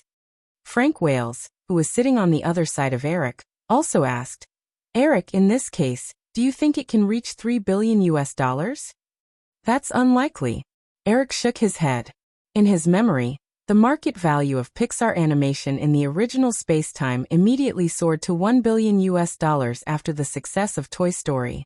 However, the technological difference between hand-drawn animation and computer animation also limited the value of Disney's animation department. Unless we expand the scope of copyright authorization for several animations such as The Lion King, or even completely transfer the copyright, but Disneyland and Disney stores need the copyright of these animated characters. We can't do that. As they chatted casually, the auction team that had just left gradually returned to the hall. Half an hour later, Katzenberg returned to the stage. After saying a few words to liven up the atmosphere, Katzenberg picked up the gavel and loudly announced the start of the auction. Then the hall was silent for a moment. It seemed that no one intended to make a move immediately. After a few seconds of stalemate, a middle-aged man sitting in the third row raised his number for the first time. 1 billion USD. Eric looked over. The person who raised his number was the president of MGM, John Kerry. He shook his head and smiled. He knew that MGM was just here to join in the fun. Of course, John Kerry raising his number first must have some unrealistic fantasies. For example, if the gavel in Kaysenberg's hand suddenly fell while the other buyers were hesitant, MGM would definitely happily snatch the animation department with $1 billion. Even if MGM had not fully recovered, Eric believed that MGM shareholders and creditors would not be stingy with this $1 billion. Of course, the reality was that this was impossible. Number 9, $1 billion. Kaysenberg gestured in John Kerry's direction. Before he had time to say more, another bidder had already raised his number. $1 billion and $10 million. The minimum increase in this auction was $10 million. Although the second bidder only cautiously added $10 million, the competitive atmosphere began to become more and more intense. The auction price began to rise like a hot knife through butter. 3 billion, 5 billion, 7 billion, 9 billion. The auction went on for less than 10 minutes. More than half of the potential buyers in the auction hall had been eliminated after Sam Redstone personally called out the price of $1.9 billion. Only Paramount, Fox, Warner, and the Seagram Group that was about to buy Universal were still active. After an obvious hesitation on the price of $1.9 billion, Joe Ross, the president of Fox, raised his number plate. $2 billion. Number 4 from 20th Century Fox Film Company, $2 billion. Kaysenberg's voice on the auction stage rose again. It was full of bewitchment. What I want to say is that just The Lion King alone can bring a net profit of $1 billion for the film company. Therefore, $2 billion only represents the net profit of two The Lion King movies. I believe that Disney's animation department, an excellent team with half a century of experience, will produce a second, third, or even more The Lion King. Then $2 billion going once. Eric listened to Kaysenberg's extravagant words and looked in the direction of Fox's team. Under Eric's suggestion, Elizabeth obviously did not participate in this matter. Also, for some reason, Murdoch did not appear either. The only person who led Fox to the auction was the president, Joe Ross. Speaking of which, Home Alone in the original Spacetime was produced by Joe Ross and distributed by Fox. Joe Ross should have been headhunted to Disney with a high salary because of the outstanding box office of Home Alone. He also served as the president of Disney for a short time before Frank Wells died unexpectedly in the original Spacetime, and Michael Ovitz took over. However, because of Eric's appearance in this Spacetime, Joe Ross still maintained a cooperative relationship with Fox. In the personnel changes after Barry Diller left Fox, he got the position of president of 20th Century Fox. As for the CEO of Fox, Rupert Murdoch personally served as the president. Since Murdoch did not appear in person, after Firefly suddenly played the card of extending the payment deadline, Fox was almost certain to be eliminated. After all, compared to Sam Redstone's aggressiveness, Murdoch was much more conservative. $2 billion was likely to be Fox's last bid.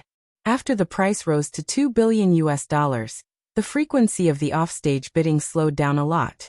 Most of the time, almost at the moment when Kaysenberg's gavel fell, the offstage would make a bid. After a few more rounds of bidding, after Fox Seagram CEO, Edgar Bronfman, also chose to be eliminated at the price of $2 billion. In the end, there were only two competitors left, Paramount and Time Warner. This result was not out of Eric's expectations. Buying Universal was Seagram's first priority.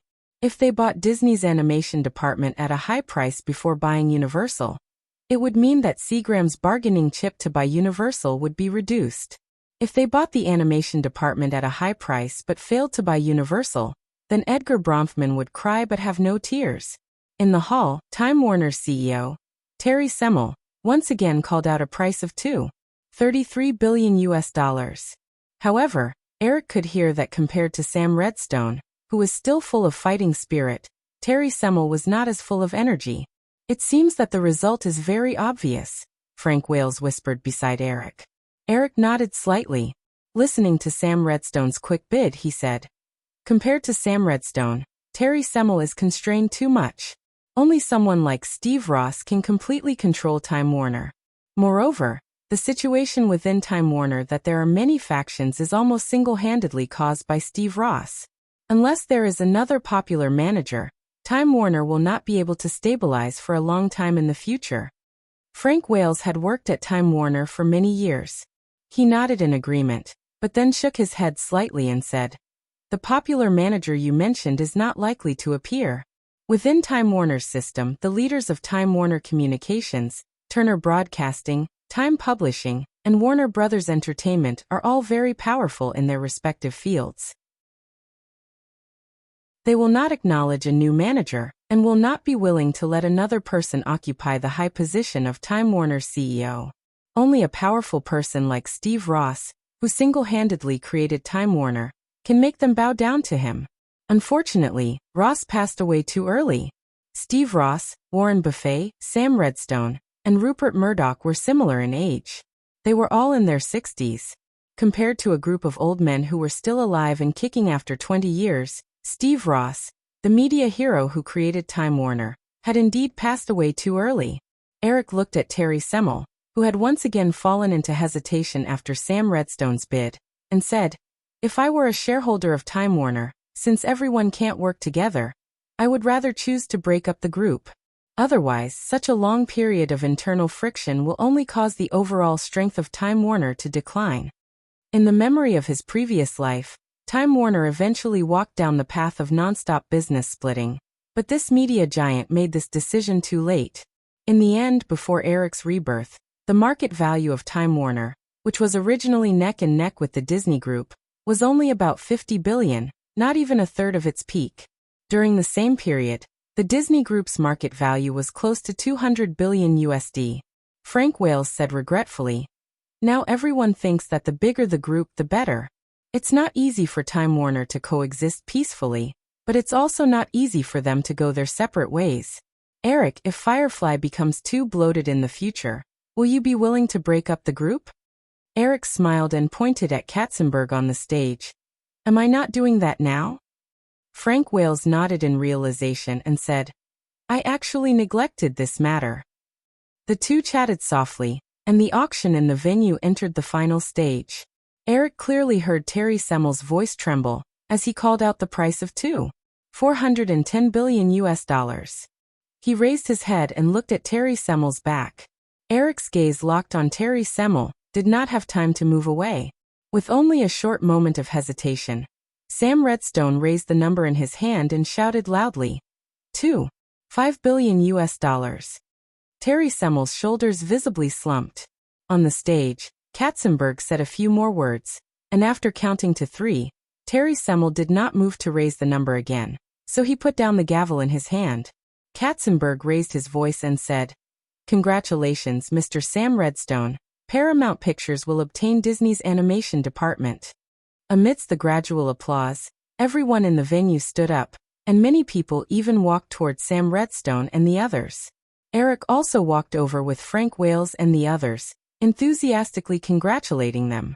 The follow-up formal signing would only be carried out after Paramount confirmed the detailed contract and the list of assets of the animation department. Therefore, after a short press conference, Firefly invited all the guests who participated in the auction to another hall of the Hilton Hotel. They each held a glass of champagne and socialized in the venue. Eric and Katzenberg went to a corner with fewer people. "The final price is at least $300 million US higher than we expected." Katzenberg's expression was still excited. It seems that today's measures to extend the payment period really worked. From Terry Semel's reaction at the scene, Time Warner's original upper limit should be about $2 billion US. After $2 billion US, Terry Semel's expression was obviously not as calm as before. Although Sam Redstone's reaction didn't change much, I guess his initial base price should also be about $2 billion US. "Let's not talk about this." Eric also had a smile on his face as he said, "On your side, how are the preparations for the new Disney animation department going? I haven't seen any related documents in the past few days." Katzenberg replied, "I plan to sponsor a digital animation production major at the California Institute of the Arts in Los Angeles and the San Francisco Art Institute in San Francisco. It will be divided into a half-year short-term training class and a 2-year standard professional class. The short-term training class will mainly recruit people from existing software or advertising companies. It will mainly recruit people with computer and drawing skills, as well as accumulated work experience and professional software training. This way, we can set up the new Disney animation department as soon as possible. However, this method requires more investment. For long-term consideration, we still need to rely on the 2-year training to provide us with more professional digital animation talents. Currently, I'm asking the strategic planning department to do the relevant budget. You will see the relevant report at the end of the month." Chapter 659. The news that Disney's animation department was successfully auctioned off at a sky-high price of $2.5 billion once again attracted a series of media reports. After both parties signed the contract, Sam Leisherdong struck while the iron was hot and announced the establishment of Paramount Animation. He also appointed the director of The Lion King, Roger Ailes, as the CEO of Paramount Animation.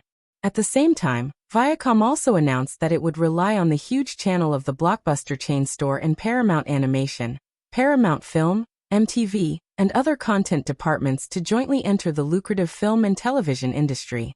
The day after Roger Ailes received the employment contract of Paramount Animation's CEO, he held another press conference to announce the launch of the 3 2D animation projects from Disney, The Lion King sequel, Stranger in the Wind, and Mulan at the same time. It seemed to be targeting his old employer, Disney. The continuous stream of good news in a short period of time directly pushed Viacom's stock price up by 7.6%. The stock price surge made Viacom shareholders, who were originally quite critical of Leisherdong's aggressive expansion strategy, change their views and praise Leisherdong's wisdom and decisiveness. When some people were happy, it was inevitable that some people would be disappointed. The most unlucky person was undoubtedly Time Warner's CEO, Terry Semel, who lost to Leisherdong in the bidding for Disney's animation department. Although Seagram, 20th Century Fox, and other companies that lost in the competition were more or less discussed by the media's comments on Time Warner's loss in the competition were almost ridiculing. After all, Time Warner's overall strength was more than twice that of Viacom, and Time Warner's previous poor performance in the film business gave it ample reason to take over Disney's animation department. Therefore, the impact of this failure on Time Warner was even greater than the failure itself. Many media outlets even suspected that Time Warner was facing a financial crisis. Firefly's sudden extension of the payment deadline on the day of the auction completely disrupted Time Warner's carefully considered bidding strategy. Although Terry Semel was the head of Time Warner, his authority in the Time Warner Group was far lower than the previous generation's leader, Steve Ross. This also made it impossible for him to flexibly change his strategy because of Firefly's sudden attack, which ultimately led to Time Warner's failure in the auction. Although the final reason for this failure was the restriction of Time Warner's shareholders and board of directors on Terry Semel, it was clear that Time Warner's shareholders and board of directors would certainly not take the initiative to take responsibility. The blame was ultimately placed on Terry Semel. Time Warner's stock price had been continuously declining for several months because of the dismal summer box office sales.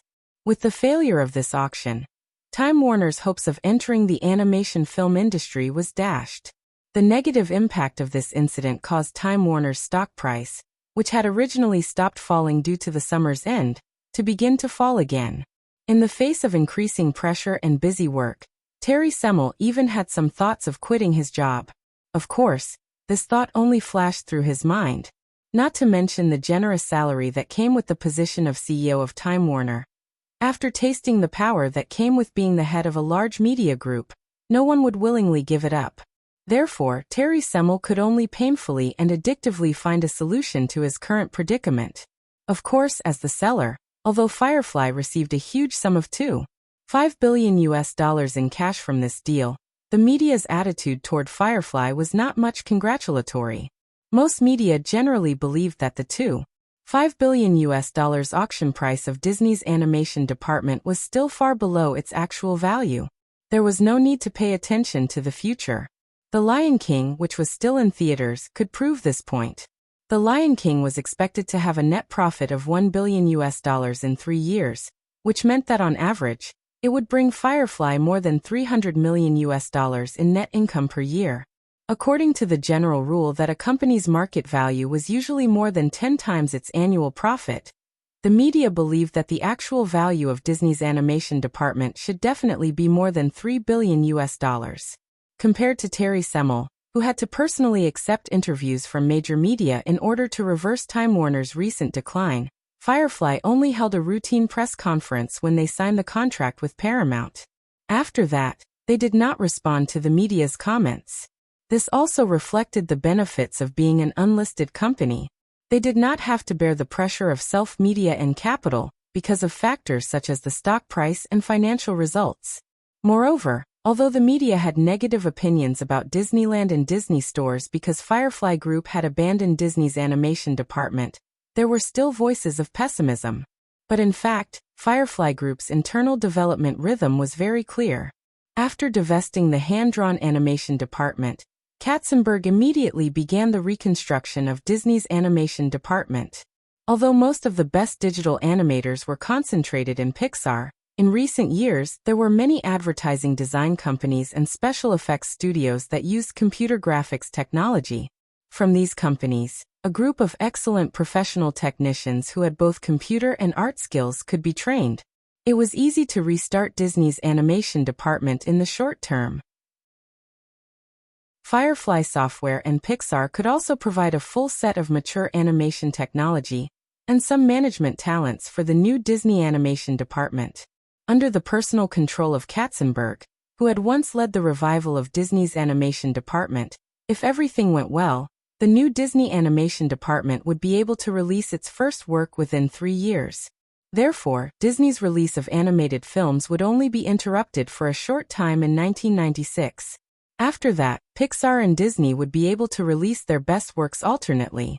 The continuous divestment and sale of the paper assets and hand-drawn animation department made Firefly Group's cash reserves skyrocket again. However, Eric was not in a hurry to expand again. The process of merging with ABC was very smooth and there were no violent shocks.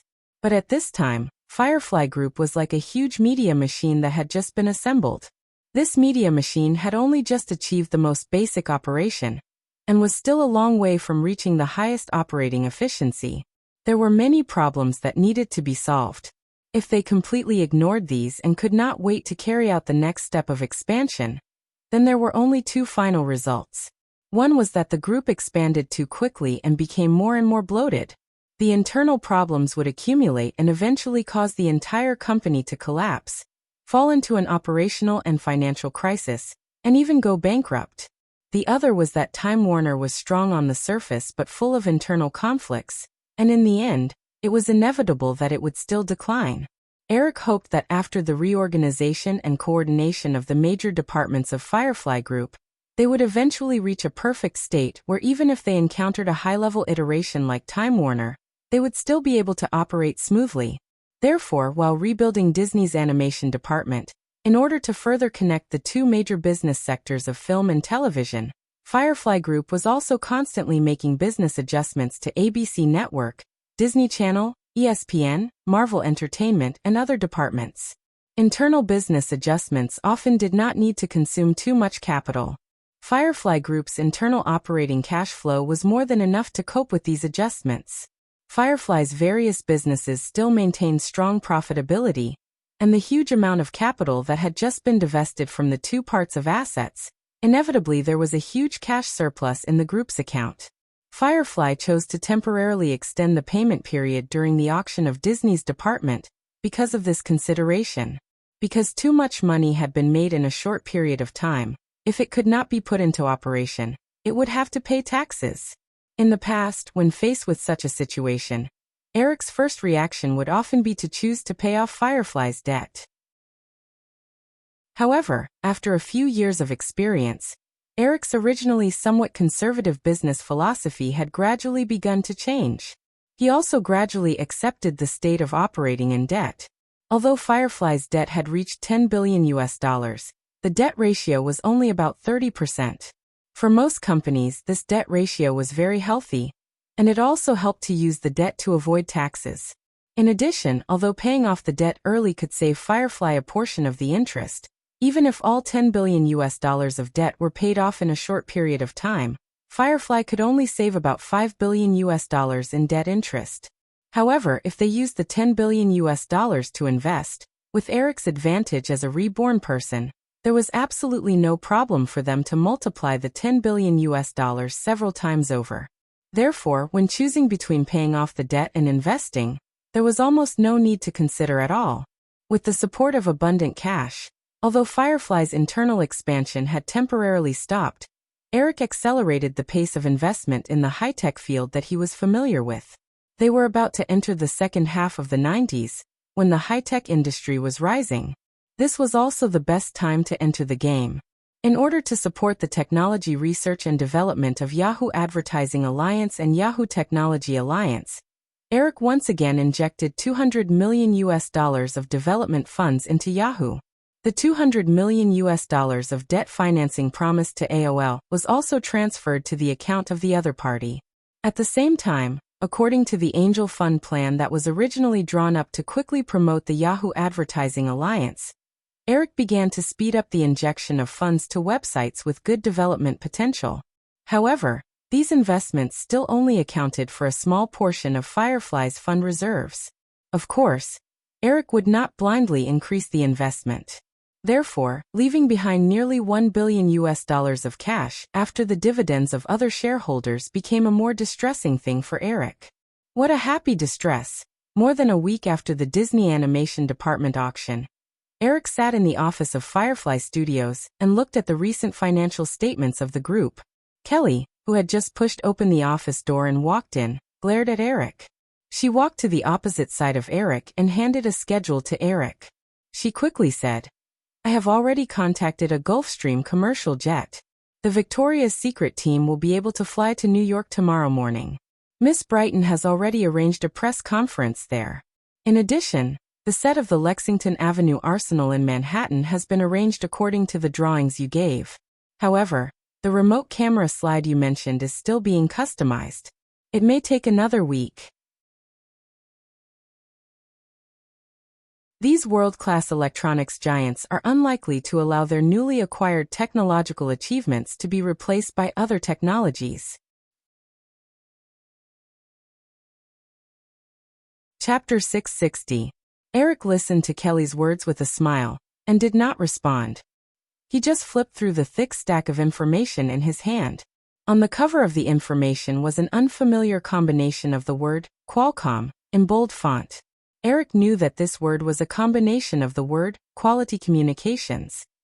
If translated into Chinese, this company would have a famous name in the future, Qualcomm. At present, when the world's major mobile communication manufacturers were frantically fighting for patents on the second-generation communication technology standard, 2G GSM standard, almost no one paid attention to this obscure wireless communication technology company. This also gave the company that developed the CDMA communication technology standard plenty of time to lay out its patents. Many years later, with the advent of the 3G era, all the world's electronics giants would suddenly look back and find that Qualcomm had formed a solid technical barrier through more than 3,000 CDMA patents. Every year, they could earn billions of dollars in net profits in the form of patent licensing alone. Powerful electronics giants such as Apple and Samsung might be able to reduce their corporate income tax to a very low level through various tax avoidance methods. However, no matter what tax avoidance methods they used, no matter what financial tricks they used, no matter which low-tax countries they opened their branches in, they could not avoid paying a high tax of about 5% on mobile devices that use CDMA technology. Under Eric's special instructions, Kelly had collected as much as 40 to 50 pages of information about Qualcomm. At present, Qualcomm was very inconspicuous in the industry, so it was not a hurry to take it down. It was almost time to get off work, and there were a lot of things to be done in the coming days. Eric closed the information and planned to study it in private. He looked up and asked the female assistant sitting opposite him, "Is it really okay for you to go to New York with me tomorrow and leave Nina in Los Angeles?" Kelly was a little grateful for Eric's thoughtfulness and consideration. She shook her head and smiled. "No problem. Nina is now in boarding school. Jenny will help me take care of her on weekends, and it's convenient for me to come back." Hearing Kelly mention Jennifer Garner, Eric smiled and said, "Is she still working as Nina's nanny?" Kelly blushed slightly. "Jenny already knows about our relationship. She's such a smart girl. How could she leave so easily?" Eric said with a smile. "Then let her continue to take care of Nina for a while. If you are satisfied with her in the future, you can provide her with several good opportunities." "I know." Kelly nodded. As Eric's personal assistant, it was a piece of cake for her to help an actor find a few opportunities. Eric added, "But Nina is still young after all. It's definitely not appropriate for you to always go on business trips with me in the future. Why don't you start training your successor now? You can transfer to work in the group in 2 years. In this way, your life will be more stable." A trace of reluctance surfaced in Kelly's heart. However, she quickly asked in a teasing tone, "Are you asking me to nurture Carolyn? Her recent performance at work is indeed outstanding, but I can't imagine that this girl can still work normally by your side." Kelly was clearly reminded of Carolyn's expression when she saw Eric in the studio that day. Eric also smiled and said, "People always adapt. As my assistant, there will be more and more things to do in the future. One person is definitely not enough. You can nurture both Carolyn and Melanie at the same time. That was my original plan." Kelly couldn't help but joke, "2 at a time. You're really greedy." Is it really okay for you to tease the boss like this?" After a 5-hour flight and due to the time difference, the commercial plane left Los Angeles at 9 a.m. When it landed at New York's JFK Airport, it was already 5 p.m. Before September 11th, due to the highly developed aviation industry, American airports were relatively open. As long as there was good communication, it wasn't too difficult to arrange for media reporters to enter the airport for interviews. Therefore, when the first Victoria's Secret angel walked out of the cabin, the cameras in the hands of the surrounding media reporters flashed crazily. Although Eric had already released a lot of news about the Victoria's Secret angels through various media channels in the early stages of the publicity process, this was the first time the 40 angel supermodels had appeared in front of the media together since the Victoria's Secret fashion show was announced. After 2 months of collective plasticity training, all the angels' bodies had reached their best state. The 40 perfect bodies that could be said to be the most beautiful and sexy in the world appeared in front of the public at once. One could imagine the commotion it caused. As the Victoria's Secret angels in leather jackets, t-shirts, jeans, and boots walked out of the cabin one by one, Eric, who was still sitting in the cabin, seemed to be able to hear the frantic sound of the shutters through the porthole. If Emily hadn't arranged for security personnel to receive them in advance, this group of stunning supermodels would definitely have been surrounded by reporters at this time. The 40 Victoria's Secret angels firmly attracted the attention of all the media reporters. As the angels boarded 2 buses not far away and left the airport under the protection of the security guards, all the reporters followed. The venue outside the commercial plane quickly became empty. Perhaps the reporters also realized that the most important person didn't seem to appear, but at this time, the attraction of these supermodels completely surpassed the behind-the-scenes boss, Eric. After the angel supermodels and the reporters left, Emily popped out of nowhere.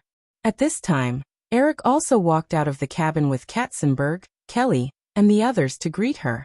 After exchanging greetings, the energetic Katzenberg made an appointment with Robert Iger to talk about some matters of the ABC television network during dinner time. He left the airport first with a few attendants. Eric also missed his son and daughter who he hadn't seen for a long time. He chatted with Emily about the recent schedule and canceled the Victoria's Secret fashion show press conference tomorrow at the flagship store on 5th Avenue. He asked for a car from Emily and drove to East Hampton with 2 bodyguards. Perhaps to avoid embarrassment, Kelly went to Manhattan with Emily on the grounds of work.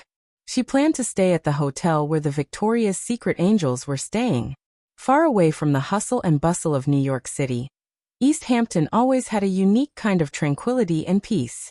Without the obstruction of high-rise buildings, the open field of vision gave people a feeling of boundless sea and sky. The car shuttled through the small path between the bushes and fences, and drove into a manor near the sea. Several maids were already waiting for them. Eric randomly picked 2 small boxes from the pile of gifts and ordered the bodyguards and the maids to move the other things into the villa. He then walked toward the women and children on the lawn not far away. He didn't see Joanna. Only Virginia and Joanna's sister, Eva Pakula, were accompanying the 2 little guys. Virginia waved at Eric, but didn't walk over. Instead, she squatted down and whispered a few words to little Kevin. She pointed at Eric.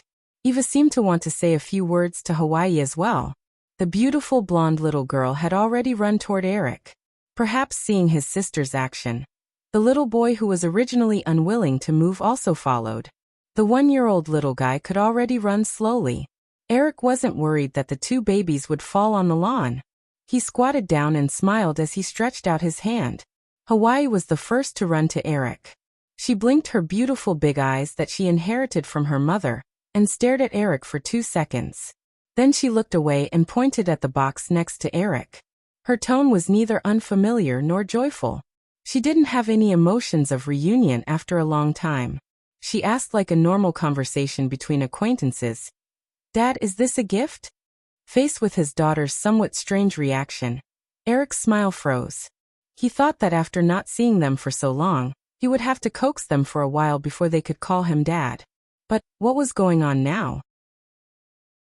However, noticing the little anticipation in his daughter's eyes, Eric reacted quickly.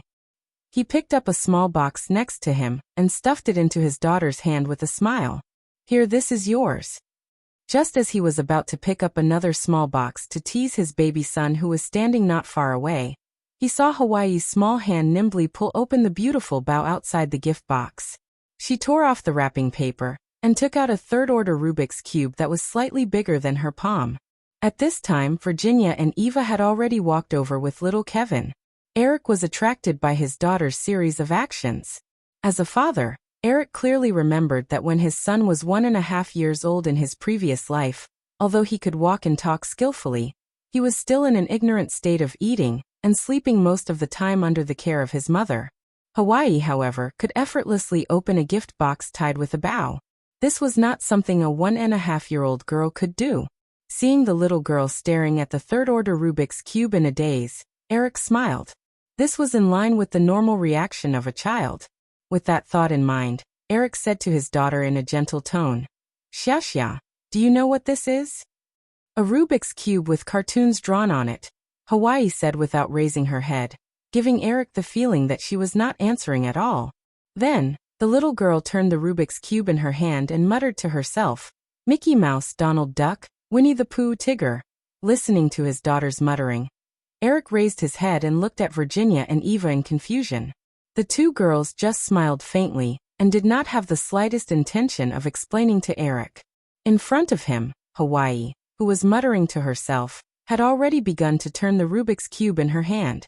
Under Eric's widened eyes, Hawaii used only a little more than a minute to align all the 3rd-order Rubik's Cube. Then, the little girl narrowed her slender eyes and looked at it. Under Eric's stunned expression, she casually threw the Rubik's Cube at his feet and turned to Eva Pakula, who had a snicker on her face. "Daddy is so bored, Eva, I'm hungry. P.S. There is one more chapter today. Star."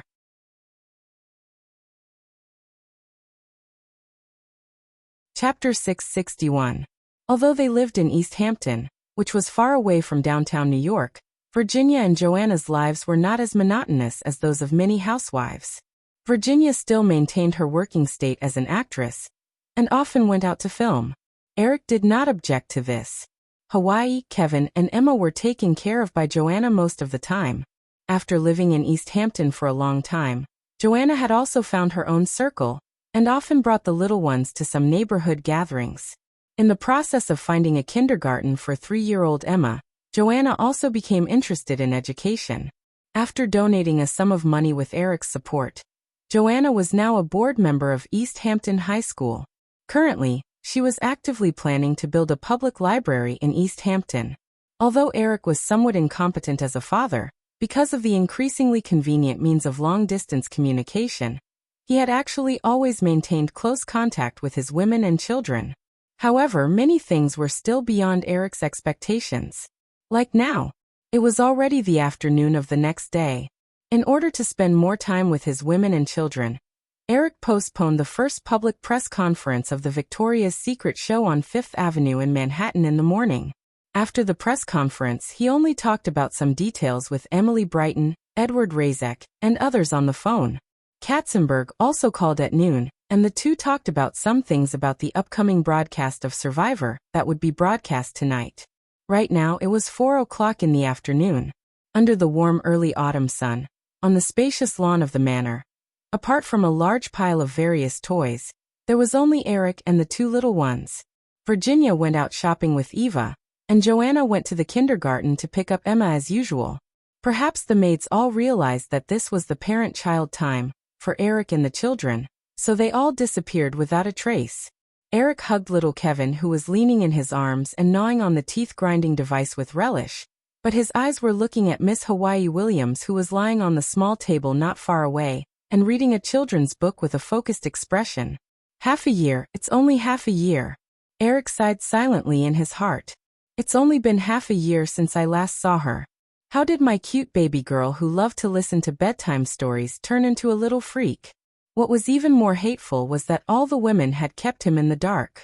It was only yesterday that he found out that his precious daughter had become like this. Looking at his daughter flipping through the book, Eric really wanted to say out loud, "Daughter, can't you do something a 1.5-year-old child should do?" As a father, Eric naturally hoped that his child could be smarter than ordinary people, or even become a genius. However, he also knew that if a person was too talented, it was often not a good thing. Just like yesterday, although his daughter could clearly remember him after half a year, and could even call him Daddy, Eric felt that in his daughter's tone, this form of address was more like a symbol. Just like books, toys, cats, birds, and houses, the word Daddy seemed to have become a simple noun in his daughter's consciousness. It was a terrible feeling.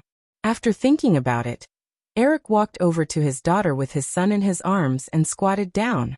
He glanced at the book in front of Hawaii and tried to find a topic to talk about. "Xiaxia, what are you reading?" The little girl raised her head and glanced at Eric before lowering her head again. She said in a tender voice, "Daddy, I'm just a kid. You don't have to put on an act in front of me, right?" Eric almost fell on the spot. "You still know that you're a kid. All right, Xiaxia, don't read anymore. Play with Kevin for a while. How about the seesaw?" Hawaii turned her head to look at the seesaw and quickly said, "No." Eric patiently guided her. "Then what do you want to play? Don't always read books. After a long time, your eyes will spoil. When that happens, you'll have to wear glasses that are difficult to see." Hawaii tilted her little head and hesitated for a moment. She then picked up the children's book in her hands and handed it to Eric. "Daddy, read it to me." Eric took the book and sat down on the grass. He continued to hug his son and said to his daughter, who was staring at him with her eyes wide open, "Hey, other than reading and listening to books, can we do something else?" Hawaii stared at the corner of the book that was exposed under Eric's body for a few seconds. She seemed to think that her little arms and legs would not be able to snatch the children's book back from her father. She pouted and said, "Daddy is so hateful." Then she ran back to the villa. Eric helplessly stared at his daughter's small figure as she left. He had no choice but to pick up his son and follow her. In the evening, the women came back one after another. Eric went to the kitchen to help Joanna prepare dinner and talk about his daughter. "Haha, maybe Xiaxia also has Pandoran genes. That's why she's a genius like you." Joanna was not worried at all. Instead, she joked. Eric wanted to tell Joanna that he was not a genius at all. He was just a cheat. "Joanna, I think we should pay attention to this problem. Xiaxia's performance is too abnormal compared to her peers. This is not a good thing. Can't you feel it? Xiaxia's way of thinking has become more symbolic. I feel like her calling me daddy is no different from calling a tree. If this continues, Xiaxia will become very indifferent as she grows up. I'm sure you don't want that to happen, right? Joanna added the mushroom into the soup and glared at Eric. That's because I haven't spent enough time with Xiaxia. I don't feel that Xiaxia has any tendency to be indifferent when she calls me mommy. Okay. It's my fault, but Joanna closed the lid and kissed Eric on the cheek. She smiled. Xiaxia's situation is a little special, but I've consulted an education professor at Columbia University. He gave me a lot of advice. I'll raise Xiaxia well. Don't worry. Eric felt a little relieved. He then asked curiously, have you asked why Xiaxia became like this? Joanna nodded and smiled. It's definitely because of your genes as her father. Xiaxia's IQ is very high. Also, the Columbia professor I consulted said that it might be because I used to read books to Xiaxia. Our daughter is too smart, and she's been stimulated by too much information for a long time. That's why she's like this now. Eric nodded and said, I think you should stop reading bedtime stories to Xiaxia in the future. I'm not studying anymore. According to the professor's advice, I just have to make sure that Xiaxia is exposed to information that matches her age. Her condition will gradually improve.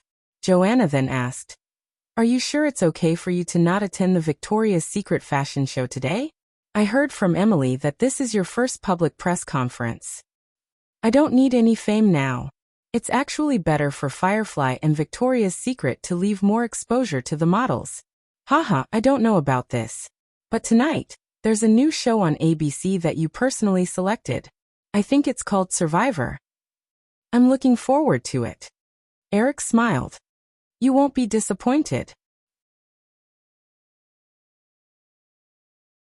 Chapter 662. Night fell on the East Coast. ABC headquarters, 66th Street, Upper West Side, Manhattan.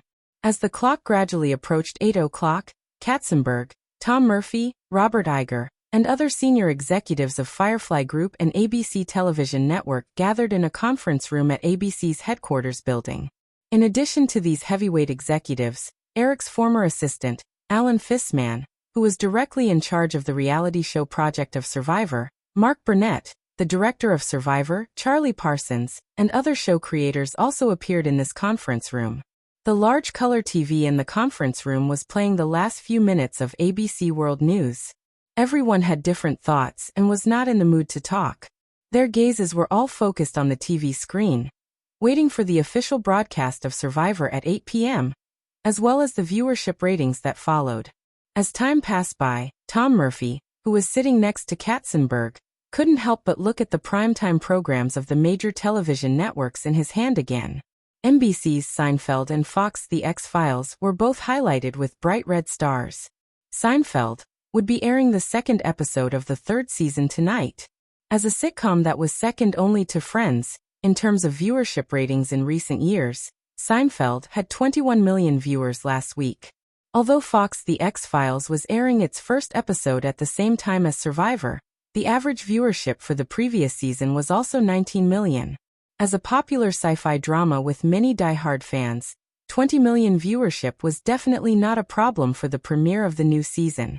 Even if the other competitor, CBS, did not have a viewership competitor, a brand new reality show that had never appeared in the history of American television was being attacked by two powerful TV series at the same time. As the CEO of ABC, even after many years of ups and downs, Tom Murphy, who was 70 years old, was still full of worry. His fingers rubbed the program list for a moment, and gently pressed on the X-Files.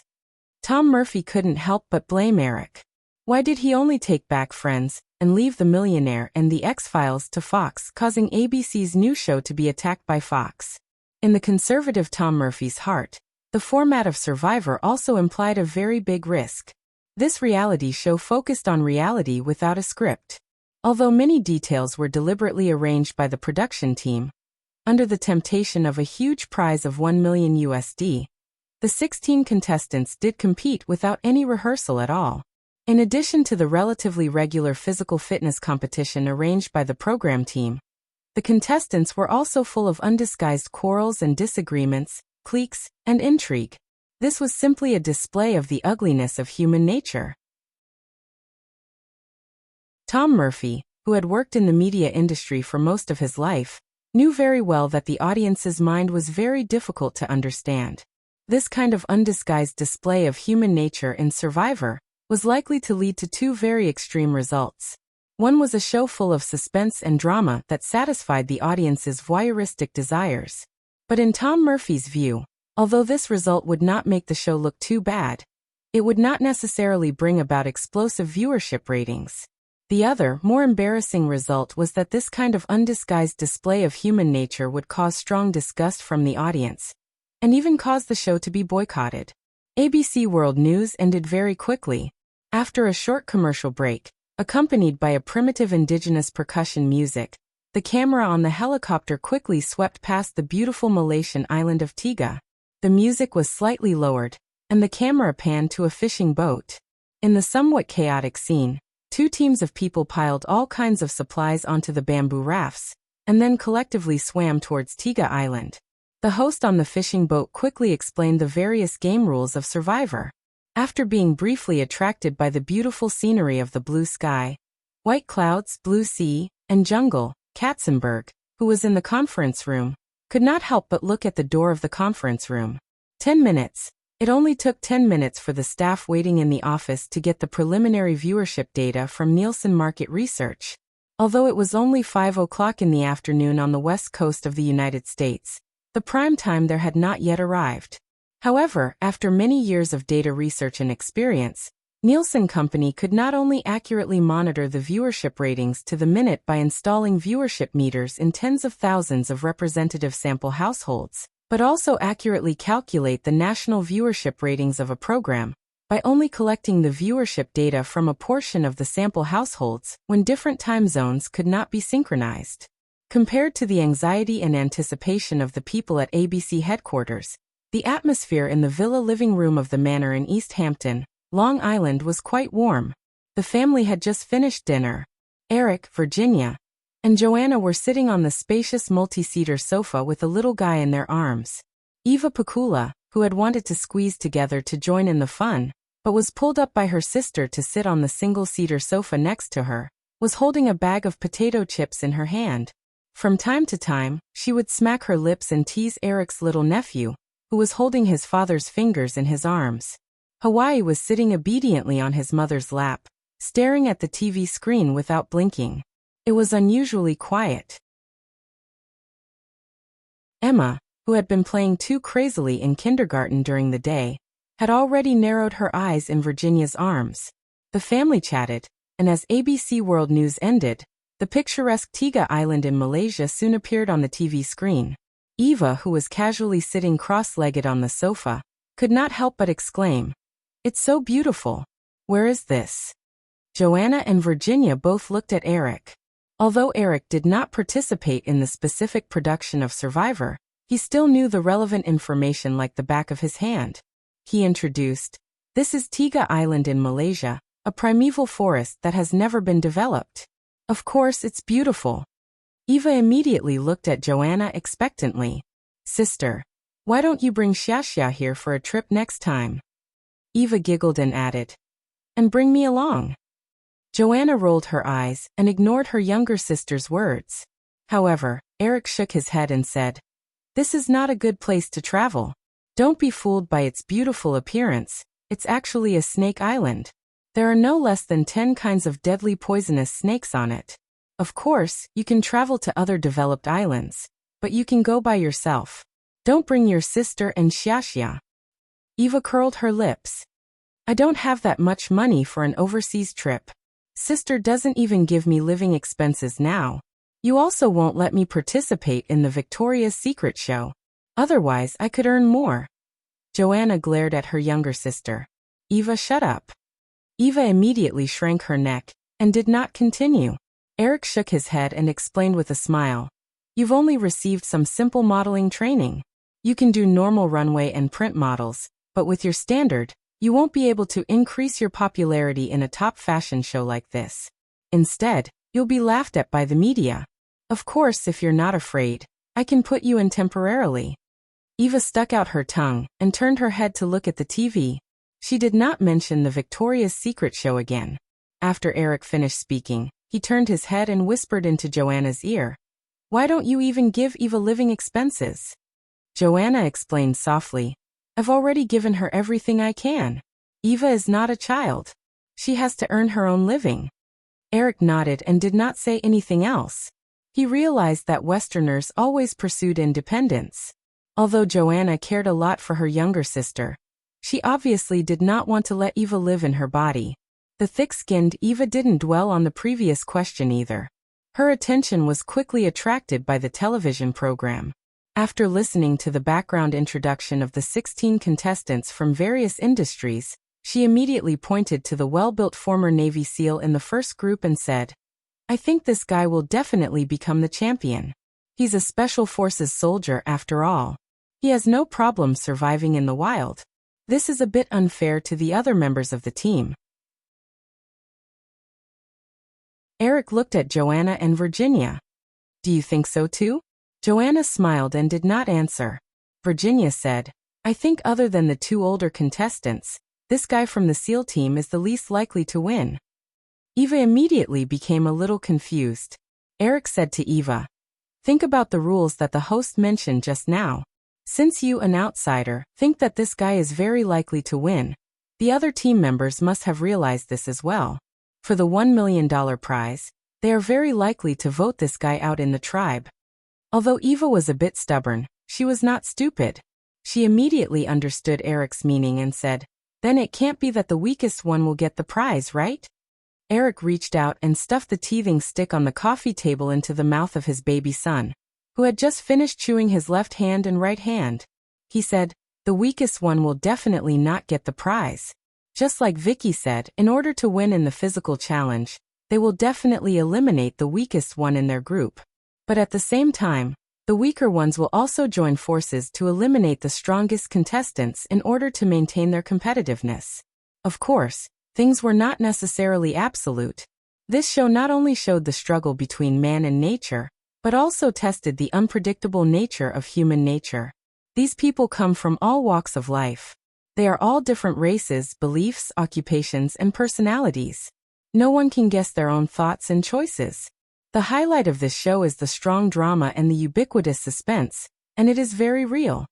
Eva looked at the TV screen and saw that a group of players had a disagreement over whether to build a tent first or build a fire engine. With a sly look on her face, she looked at Eric and asked, this is a $1 million prize. Didn't you guys do something behind the scenes? Make arrangements? Like decide on something behind closed doors or something? Eric laughed and said, many ordinary viewers will definitely have this guess. Of course, the show will definitely guide the contestants to a certain extent, but the final winner will be naturally selected after 39 days of competition. You only see the $1 million prize, but what you don't know is that the production cost of this show is $10 million. As long as the ratings meet expectations, ABC can earn millions of dollars in advertising fees from this show every episode. The risk of fixing the prize is very high. Once it is exposed, credibility will be lost, and there will be no possibility of the show continuing to be produced. Think about it this way. Do you think we need to do this kind of thing? While Eric was discussing this with the women in the East Hampton Manor, countless families on the East Coast jumped to ABC TV to watch the show on time, because of Firefly Group's sparing no effort in the early publicity. While they were attracted by the beautiful scenery of Dugga Island and the novel format of the show, they were also discussing all kinds of issues. At the ABC headquarters in Manhattan, the 10 minutes of the show's broadcast seemed so long, but it was also fleeting. The contestants in the show had already spent their first night on Dugga Island. A few mice were crawling around in the night vision camera. Katzenberg, Tom Murphy, Robert Iger, and others had already frequently turned their eyes to the door of the conference room. When Katzenberg, who was the most impatient, was about to get up and ask in person, the door of the conference room was knocked. A beautiful female employee in her early 30s came in with a form. Mr. Katzenberg, Mr. Murphy, this is... Before the female employee finished speaking, Katzenberg, who was sitting on the outermost side, had already snatched the form from her hand and couldn't wait to look at the paper. First place, The X-Files, instant viewership of 22.1 million. Although some expectations were dashed, this result was also expected. Tom Murphy, Robert Iger, and others also came over at this time. Alan and the other main creators could only wait anxiously outside for the big shots to reveal the results. They didn't dare to squeeze forward. Katzenberg's gaze quickly moved down. Second place in the instant viewership was Seinfeld with 19.9 million. It was a slight drop compared to the first episode, which was also very normal. Katzenberg continued to look down nervously. Together with Tom Murphy and Robert Iger next to him, they all breathed a sigh of relief. Survivor was lucky to be in third place with 17.8 million instant viewership. Without looking at the subsequent rankings, Katzenberg nodded to Tom Murphy and Robert Iger, and the three of them sat back down. 17.8 million. Katzenberg handed the form to the others. There was no joy or disappointment in his expression as he said, "Not a bad start. Next, let's wait for the viewership ratings of the half hour, and the second episode. I hope it won't disappoint." Most people who were originally a little relaxed when they heard the viewership numbers could not help but be nervous again. 17.8 million. If it was any other new drama, this viewership rating would definitely be very eye-catching. However, Firefly Group's early publicity for Survivor was completely on the same level as Friends, which was going to be broadcast next week. The marketing investment and production costs were almost the same. Therefore, this viewership rating, which was even heaven-defying for other new dramas, could only be regarded as the result of Firefly Group's early publicity. In order to test the market reaction of Survivor, as much as possible, this reality show, like many other new dramas, used a 2-episode broadcast model. Although the start was not bad, the viewership curve of the show in the next 2 hours was the key to showing the true strength of this reality show. Compared to Katzenberg, who was obviously a little dissatisfied, director Mark Burnett, scriptwriter Charlie Parsons, and the other creatives of the show were already secretly happy when they saw the data on the form. For the current 4 major public television networks, if a show had more than 10 million viewers, it could continue to broadcast. At least it would not face the fate of being cut in half in the first season. The opening viewership of 17.8 million had far exceeded the expectations of Mark Burnett and Charlie Parsons. As long as the viewership ratings did not decline so miserably, it would not be a problem for this show to get renewed by ABC. Alan, who was parachuted to ABC by Eric as the deputy manager of the primetime program production department, and also the producer of Survivor, saw this data. He only relaxed for a moment before his mood immediately became unsettled. Compared to others, Alan's pressure was the greatest. The failure of Survivor did not have much impact on Katzenberg and the others, but this matter was related to his future. As a parachutist, although he had once served as Eric's personal assistant, this halo could not prevent him from being ostracized by ABC's veterans. Alan noticed the expressions of Katzenberg and the others. He knew very well that they were comparing Survivor to Who Will Be a Millionaire, which was personally created by Eric. The average viewership of the first season of Who Will Be a Millionaire reached an astonishing 29 million, which was unbelievable. Under the proper management of Fox, even after 5 years, the viewership of this reality show still remained around 20 million. Compared to the amazing Who Will Be a Millionaire, the opening of Survivor could only be considered mediocre. However, of course, Alan had no intention of competing with the show personally produced by Eric. He only hoped that the viewership of Survivor would not decline. Even if it remained around 18 million, this result would allow him to firmly establish a foothold in his position. However, if the viewership dropped too much, even with Eric as a backer, this failure would make it difficult for him to stay in the position of Deputy General Manager of ABC's primetime program production department. While waiting anxiously, the contestants on the TV screen had already begun to scheme against each other. Perhaps this scene was very novel in the eyes of many ordinary viewers, but the people in the conference room at ABC's headquarters did not pay much attention to it. If possible, many people actually wanted to suggest that it was better to turn off the TV. Finally, when the contestants began to participate in the first physical fitness competition, the door of the conference room was knocked on again. P.S. In reality, the viewership of the first season of Who Will Be a Millionaire was 29 million. It was a miracle. In addition, Seinfeld, which was mentioned in this episode, had a viewership of 76 million in the finale. It's just that this sitcom's global popularity is not as high as Friends, so the average viewership should not be as high as Friends. I'm just saying this to explain that I've checked most of the data in the book in detail. Maybe I'll adjust it slightly according to the situation in the book, but I definitely didn't write anything randomly.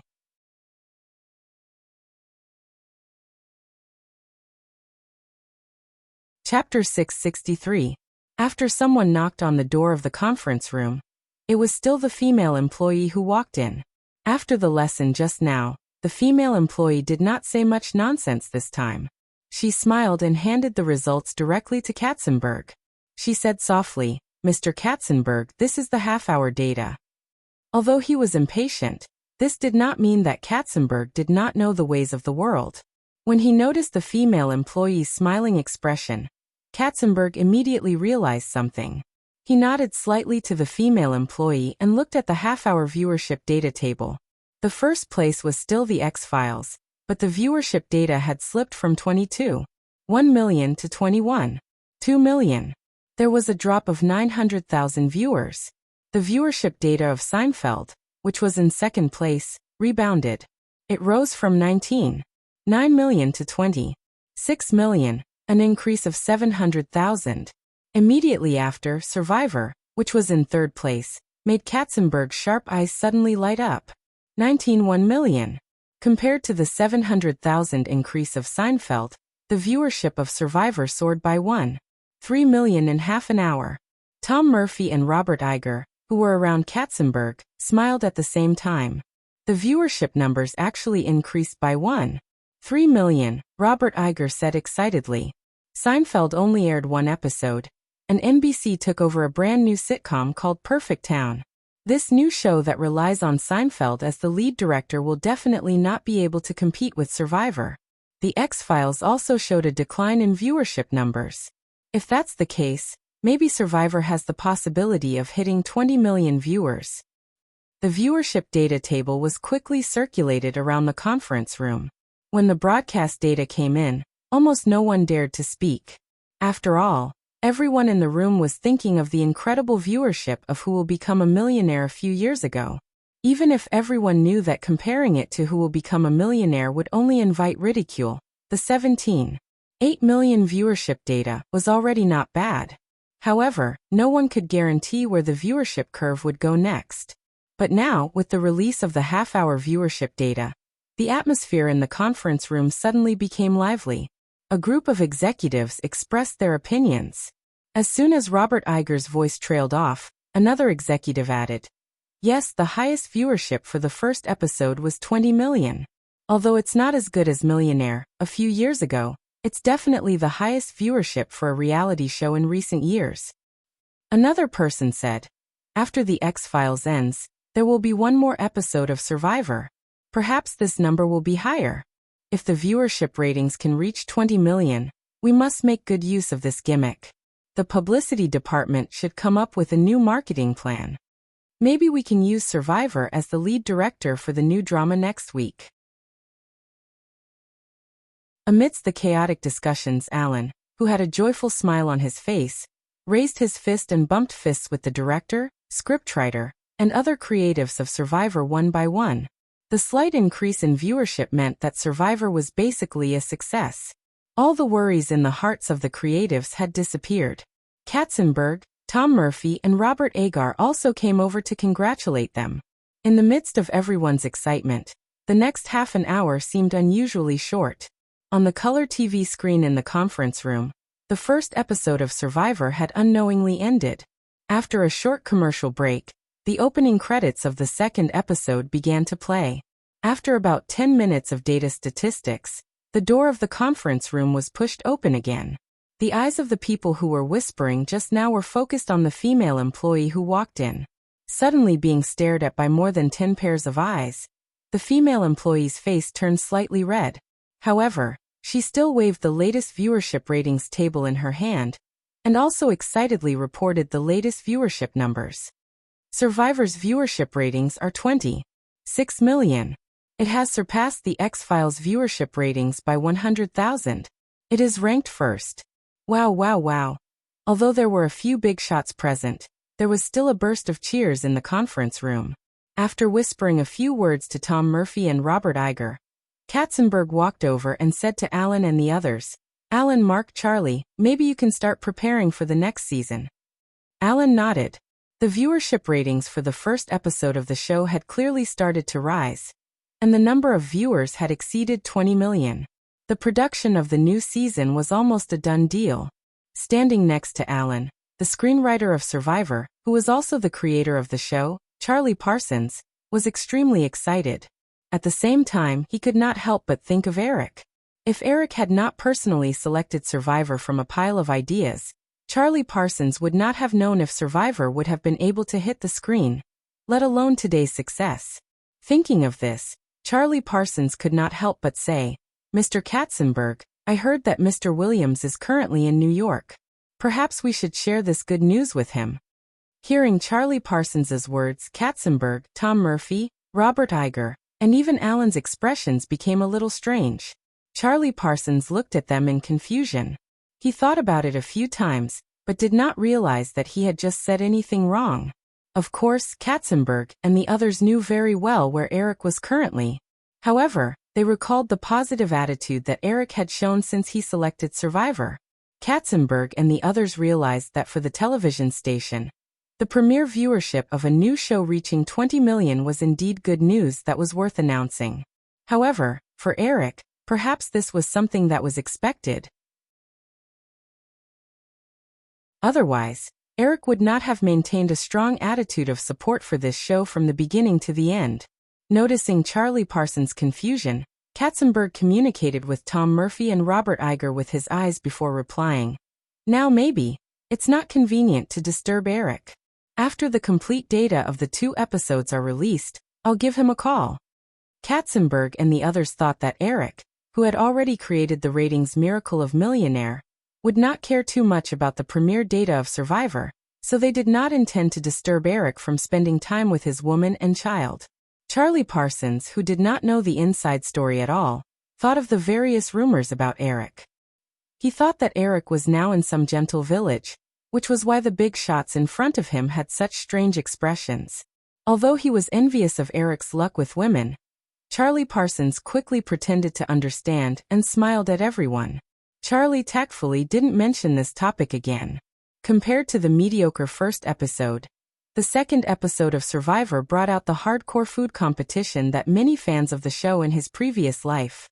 Considering the audience's acceptance, the program team did not choose beetle larvae or animal embryos, which became more and more extreme later on. Instead, they chose live octopus tentacles.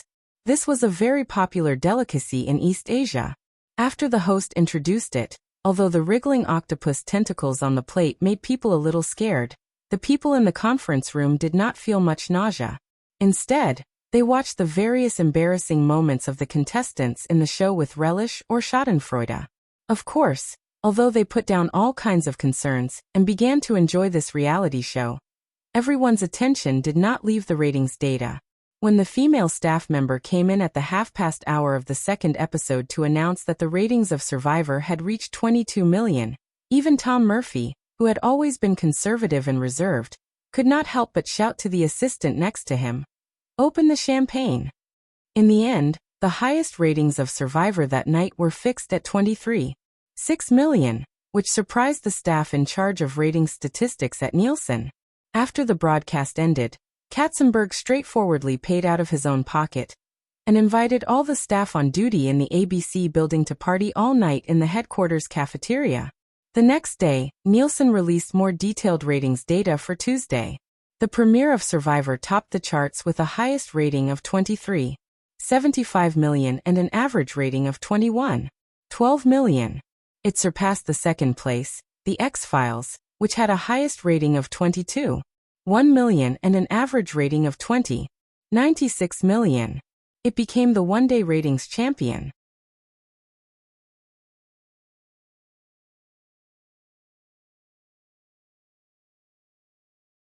Chapter 664. With such a hot topic, Survivor's viewership for the next week reached a new high. The average viewership easily reached 25 million. The viewership for the 6th season of Friends also exceeded 20 million. The performance was very stable. In comparison, the results of the Emergency Room story were somewhat inferior. It was also a 2-episode series, but the average viewership for the premiere of the Emergency Room story was only 17 million. This result was not out of Eric's expectations. This was because the theme of the Emergency Room story was relatively unpopular. Furthermore, it did not have the long-term accumulated popularity of Friends or the novel format of Survivor that made people's eyes light up. Of course, this inferior data was only relative to Survivor and Friends. As a brand new drama series, the viewership of 17 million viewers was already one of the best among the new dramas that aired at the same time in the fall. Moreover, the Emergency Room story received very good reviews from the film critics and the audience. It was believed that with the accumulation of good reputation, the viewership of this medical drama would also rise beautifully. With the overall popularity of these shows, from Monday's Football Night to Thursday's Friends, ABC's high viewership Ace series once again increased the network's market share to an enviable level. The situation that several major competitors originally expected ABC to fall into a low viewership because of the merger with Firefly did not happen. Moreover, ABC's strong position was almost unshakable in the short term. This forced the executives of several major television networks to rack their brains to find ways to snatch viewership from other competitors. While the network's operations were flourishing, Eric had already returned to New York from Long Island to begin the final stage of preparations for the Victoria's Secret show. Although most of the arrangements in the Lexington Avenue munitions factory had been completed, there were still many things that required Eric's personal attention. Not to mention the testing of the lighting, setting, sound effects, and other stage effects. Just the shooting schedule alone required repeated debugging. In order to collect enough editing material and achieve satisfactory results, the entire Victoria's Secret show venue needed to use at least 8 professional cameras at the same time for several camera positions, such as the front stage, backstage, fixed point, slide, follow, swing arm, and overhead shots. Although Eric had ready-made images in his mind for reference, just the testing of the camera positions alone took more than half a week, and there were only 4 weeks left in the entire Victoria's Secret show in early November. While Eric was working hard behind the scenes, the most attention in Manhattan was undoubtedly the 40 Victoria's Secret Angels, who could attract a lot of attention no matter where they appeared. And very coincidentally, New York had just held its Autumn Fashion Week in mid-September. If it were any other year, fashion media from all over the world might have left, but the upcoming Victoria's Secret show made these media people stay. It was not only because of the personal appeal of Eric, the crossover director, but also because the 40 top models in the industry were all absent from the New York Fashion Week.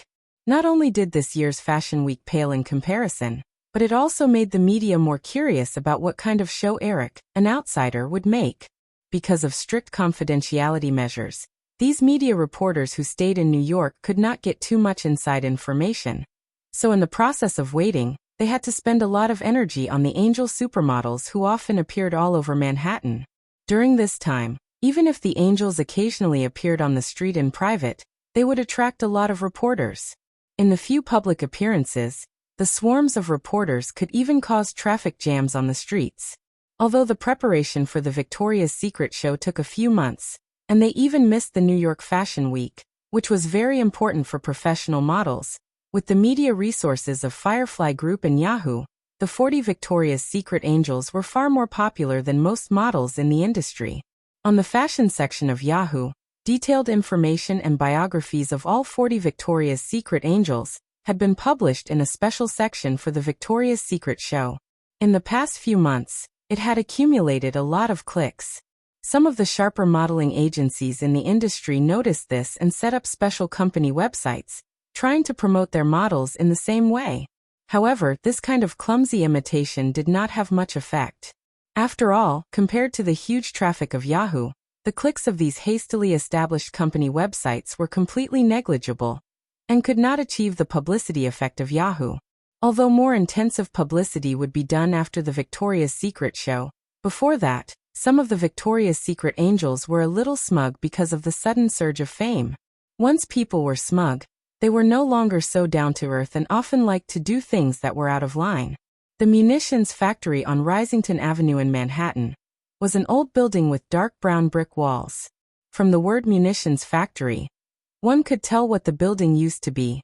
However, after World War II, the building, which could accommodate 5,000 people, was mostly used as a venue for concerts, plays, and gatherings.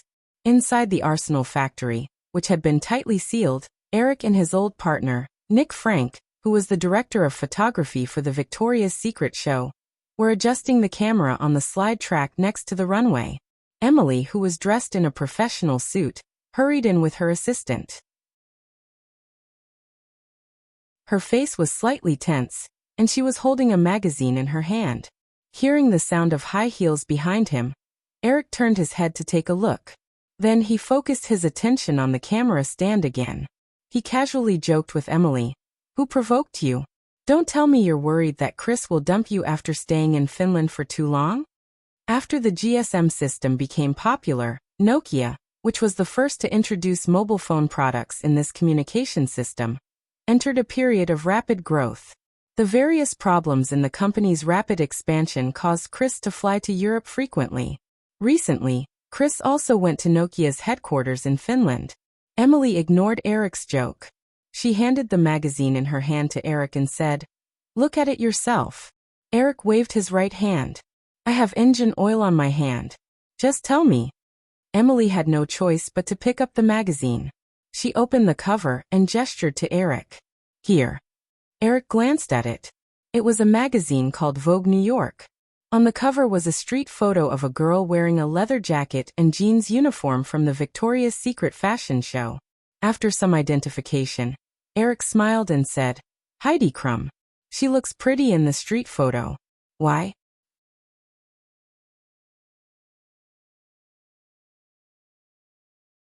Chapter 665.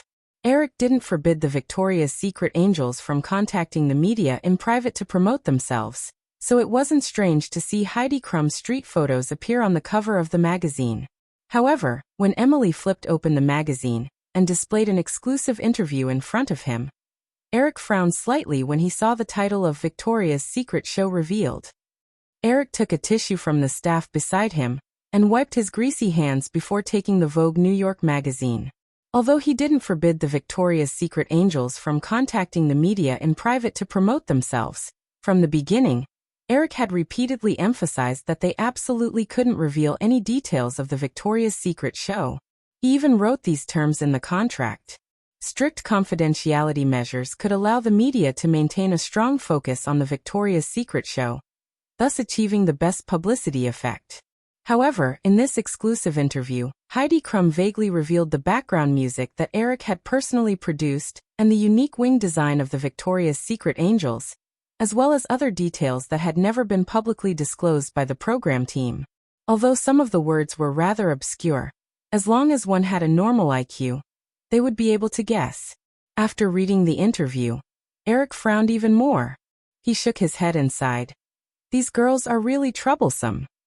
Diane Kruger and the other girls who were waiting near the runway to test the shooting effects of the slide rail couldn't help but roll their eyes when they heard Eric's old-fashioned words. After all, at least half of the 40 supermodels weren't younger than Eric. However, of course, the girls wouldn't talk about anything in front of Eric. Instead, they stuck their heads out and glanced at the magazine. They were all very curious about what trouble Heidi Klum had gotten into. After interacting with each other for a few months, they had all figured out Eric's temperament. Although Eric didn't seem to have any anger in his tone, they all realized that Eric must be very angry now. Emily didn't care about Eric's words. She said with a serious expression, "This exclusive interview in Vogue New York has been republished by many media outlets. Now many people are discussing the details revealed in the article. Although Heidi Klum didn't reveal too much information this time, I think we should treat this matter seriously. If we don't deal with it. Emily glanced at the group of gorgeously dressed girls nearby and continued, if we don't deal with it, more information will definitely be leaked. Eric obviously understood the seriousness of this matter. If they couldn't prevent similar incidents from happening again, these troublesome supermodels would definitely continue to leak more information to the media in order to gain attention. By then, the media and audience might have already lost interest in the Victoria's Secret show before all the details were exposed. Get Heidi Klum to come here to see me. Also, Eric recalled and said, Heidi Klum's current contract is under the Metropolitan Model Agency, right? Give the boss of this company a call and inform him of this matter. Only Heidi Klum comes here? I think you should talk to everyone. After Emily finished speaking, she thought for a while and said, also, Heidi's actions have violated the contract. She should be punished. Eric, you can't always spoil them. They're not my daughters. Why should I spoil them? Eric shook his head and chuckled. He said, everyone is quite busy. It's enough for her to come here alone. Emily's expression was a little helpless, but she still walked away to make a call. Eric once again turned his attention to the camera on the slide rail. After discussing with Nickel about some details, he got up and said to the angels present, all right, all of you beautiful troublemakers, go on stage. Let's test the effect. When the girls heard Eric's joke, they thought that his temper had passed once again. They all laughed and went on the wide runway. Half an hour later, a black car stopped outside the munitions factory. The model agent named Justin Perth and Heidi Klum got out of the car together. She said again, Heidi, remember, you must insist that this was just an accident. You were deceived by that reporter from Vogue New York. Then, take the initiative to admit your mistake, understand? Heidi Klum took out a small mirror from her handbag and tidied up her makeup. She said impatiently, of course I know, Justin. You've said it 100 times. Justin Perth still wanted to say something, but the girl had already shaken her off and walked toward the entrance of the munitions factory. Emily, who was standing outside and watching Eric test the effect of the camera, was the first to notice the arrival of Heidi Klum and Nickel. She wanted to reprimand them with a cold face, but she saw Heidi Klum walk directly toward Eric with her agent. A faint woman's fragrance wafted over. Eric, who was looking at the camera, raised his head and looked at Heidi Klum, who came to his side. He nodded slightly and gestured for her to wait. Heidi Klum obediently took the initiative to speak. She pointed at the few girls who were walking on the runway and said, Mr. Williams, do you need me to go up as well? Eric didn't answer. Instead, he waved his hand and gestured for everyone to stop.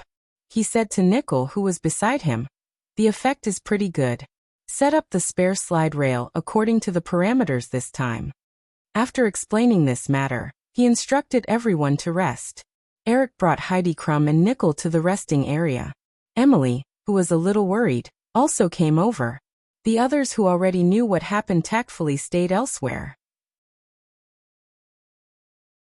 Seeing Eric pick up the New York Vogue magazine, before he could say anything, Heidi Klum immediately showed a pitiful expression. Mr. Williams, I'm really sorry. This was an accident. I promise there won't be a next time. The reporter who wrote this article is a friend of mine.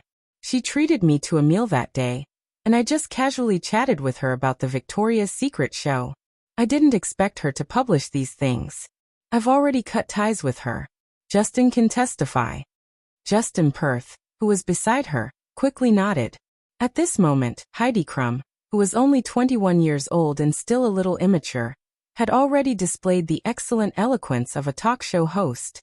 Her tone even had the friendliness of a girl next door. Eric looked at Heidi Klum's slightly playful and sexy lips with great interest.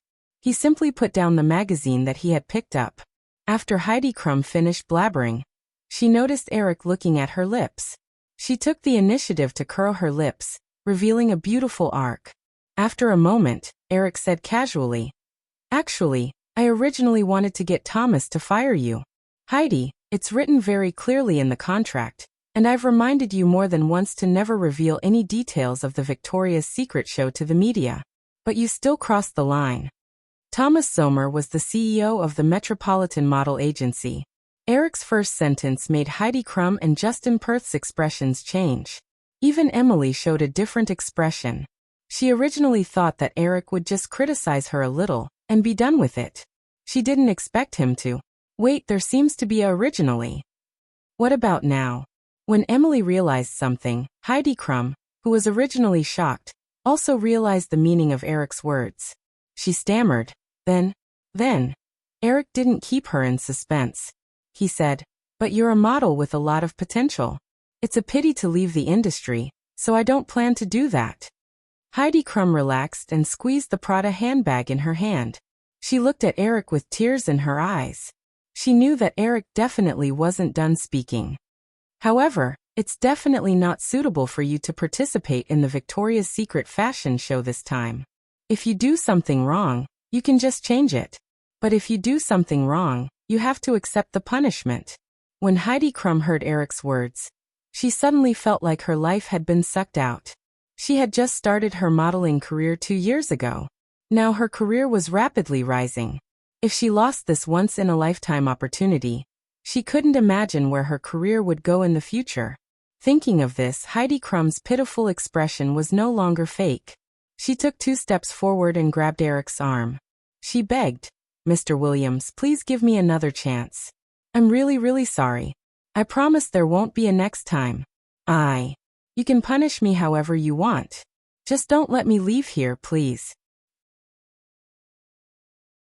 The girl didn't forget to use her body to gently rub Eric's arm as she spoke. Emily, who was standing at the side, moved her lips.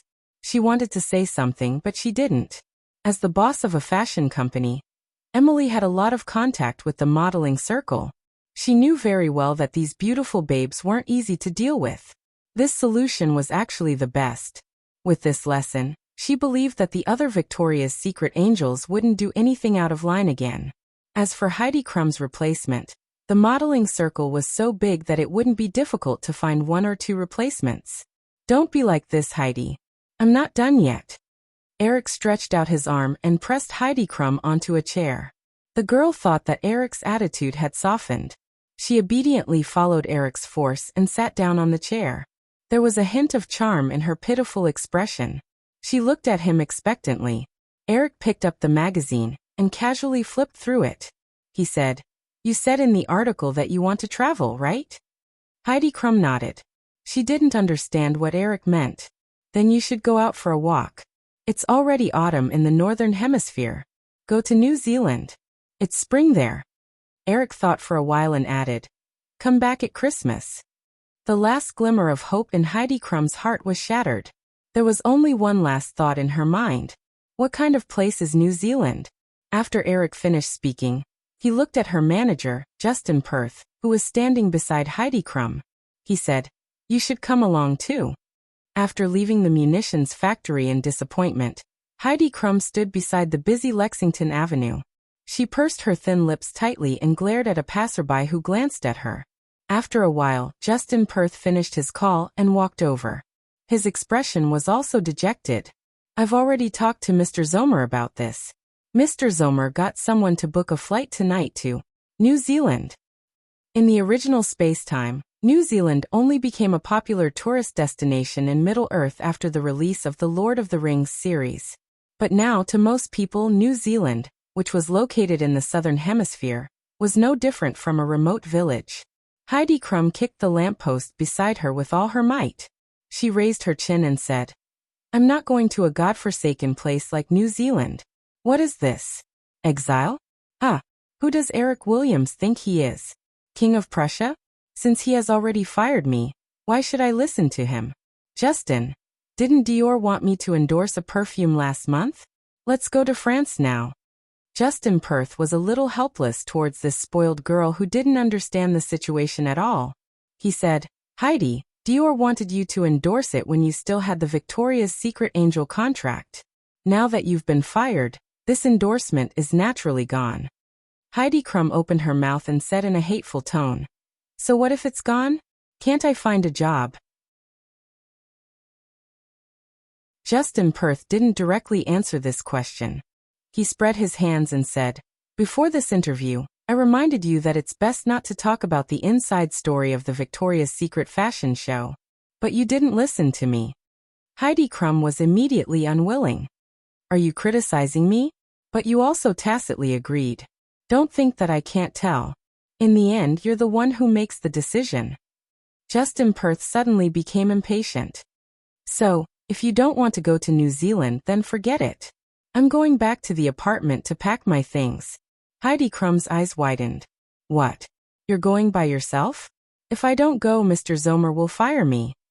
Justin Perth took a deep breath and looked at the blonde beauty whom he had single-handedly pulled up.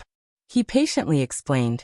Eric Williams is of course not the King of Prussia, but he owns the largest media group in North America. He controls 1/3 of the television networks in the Federation and countless media resources. Heidi, do you know what kind of influence this means? Even the president of the Federation won't easily become enemies with such a media tycoon. Modeling agencies like us who rely more on media resources won't dare to do so. Yes, this is really an exile. You should be glad that Eric Williams is only punishing you and doesn't intend to drive you out of the modeling industry. But if you don't want to go to New Zealand, Mr. Zomer will terminate your contract. Under the pressure of Eric Williams, all the other top modeling agencies won't sign you anymore. Of course, you can still sign with those mediocre agencies or even go solo. But without the support of a top modeling agency, you won't be able to get any first-tier brand endorsements from those mediocre agencies. It's also impossible for them to fight for another opportunity, like the Victoria's Secret fashion show for you. Under such circumstances, how far do you think you can go in this industry? Heidi Klum's originally indignant expression suddenly collapsed. So, come to New Zealand with me. It's only 2 months. At least. With a bitter tone, Justin Perth looked at the model he had brought up single-handedly and said, At least the scenery there is really good. Start at your tuning in to the Earbook Haven YouTube channel. Don't forget to subscribe and join us on this journey to catch the most captivating stories.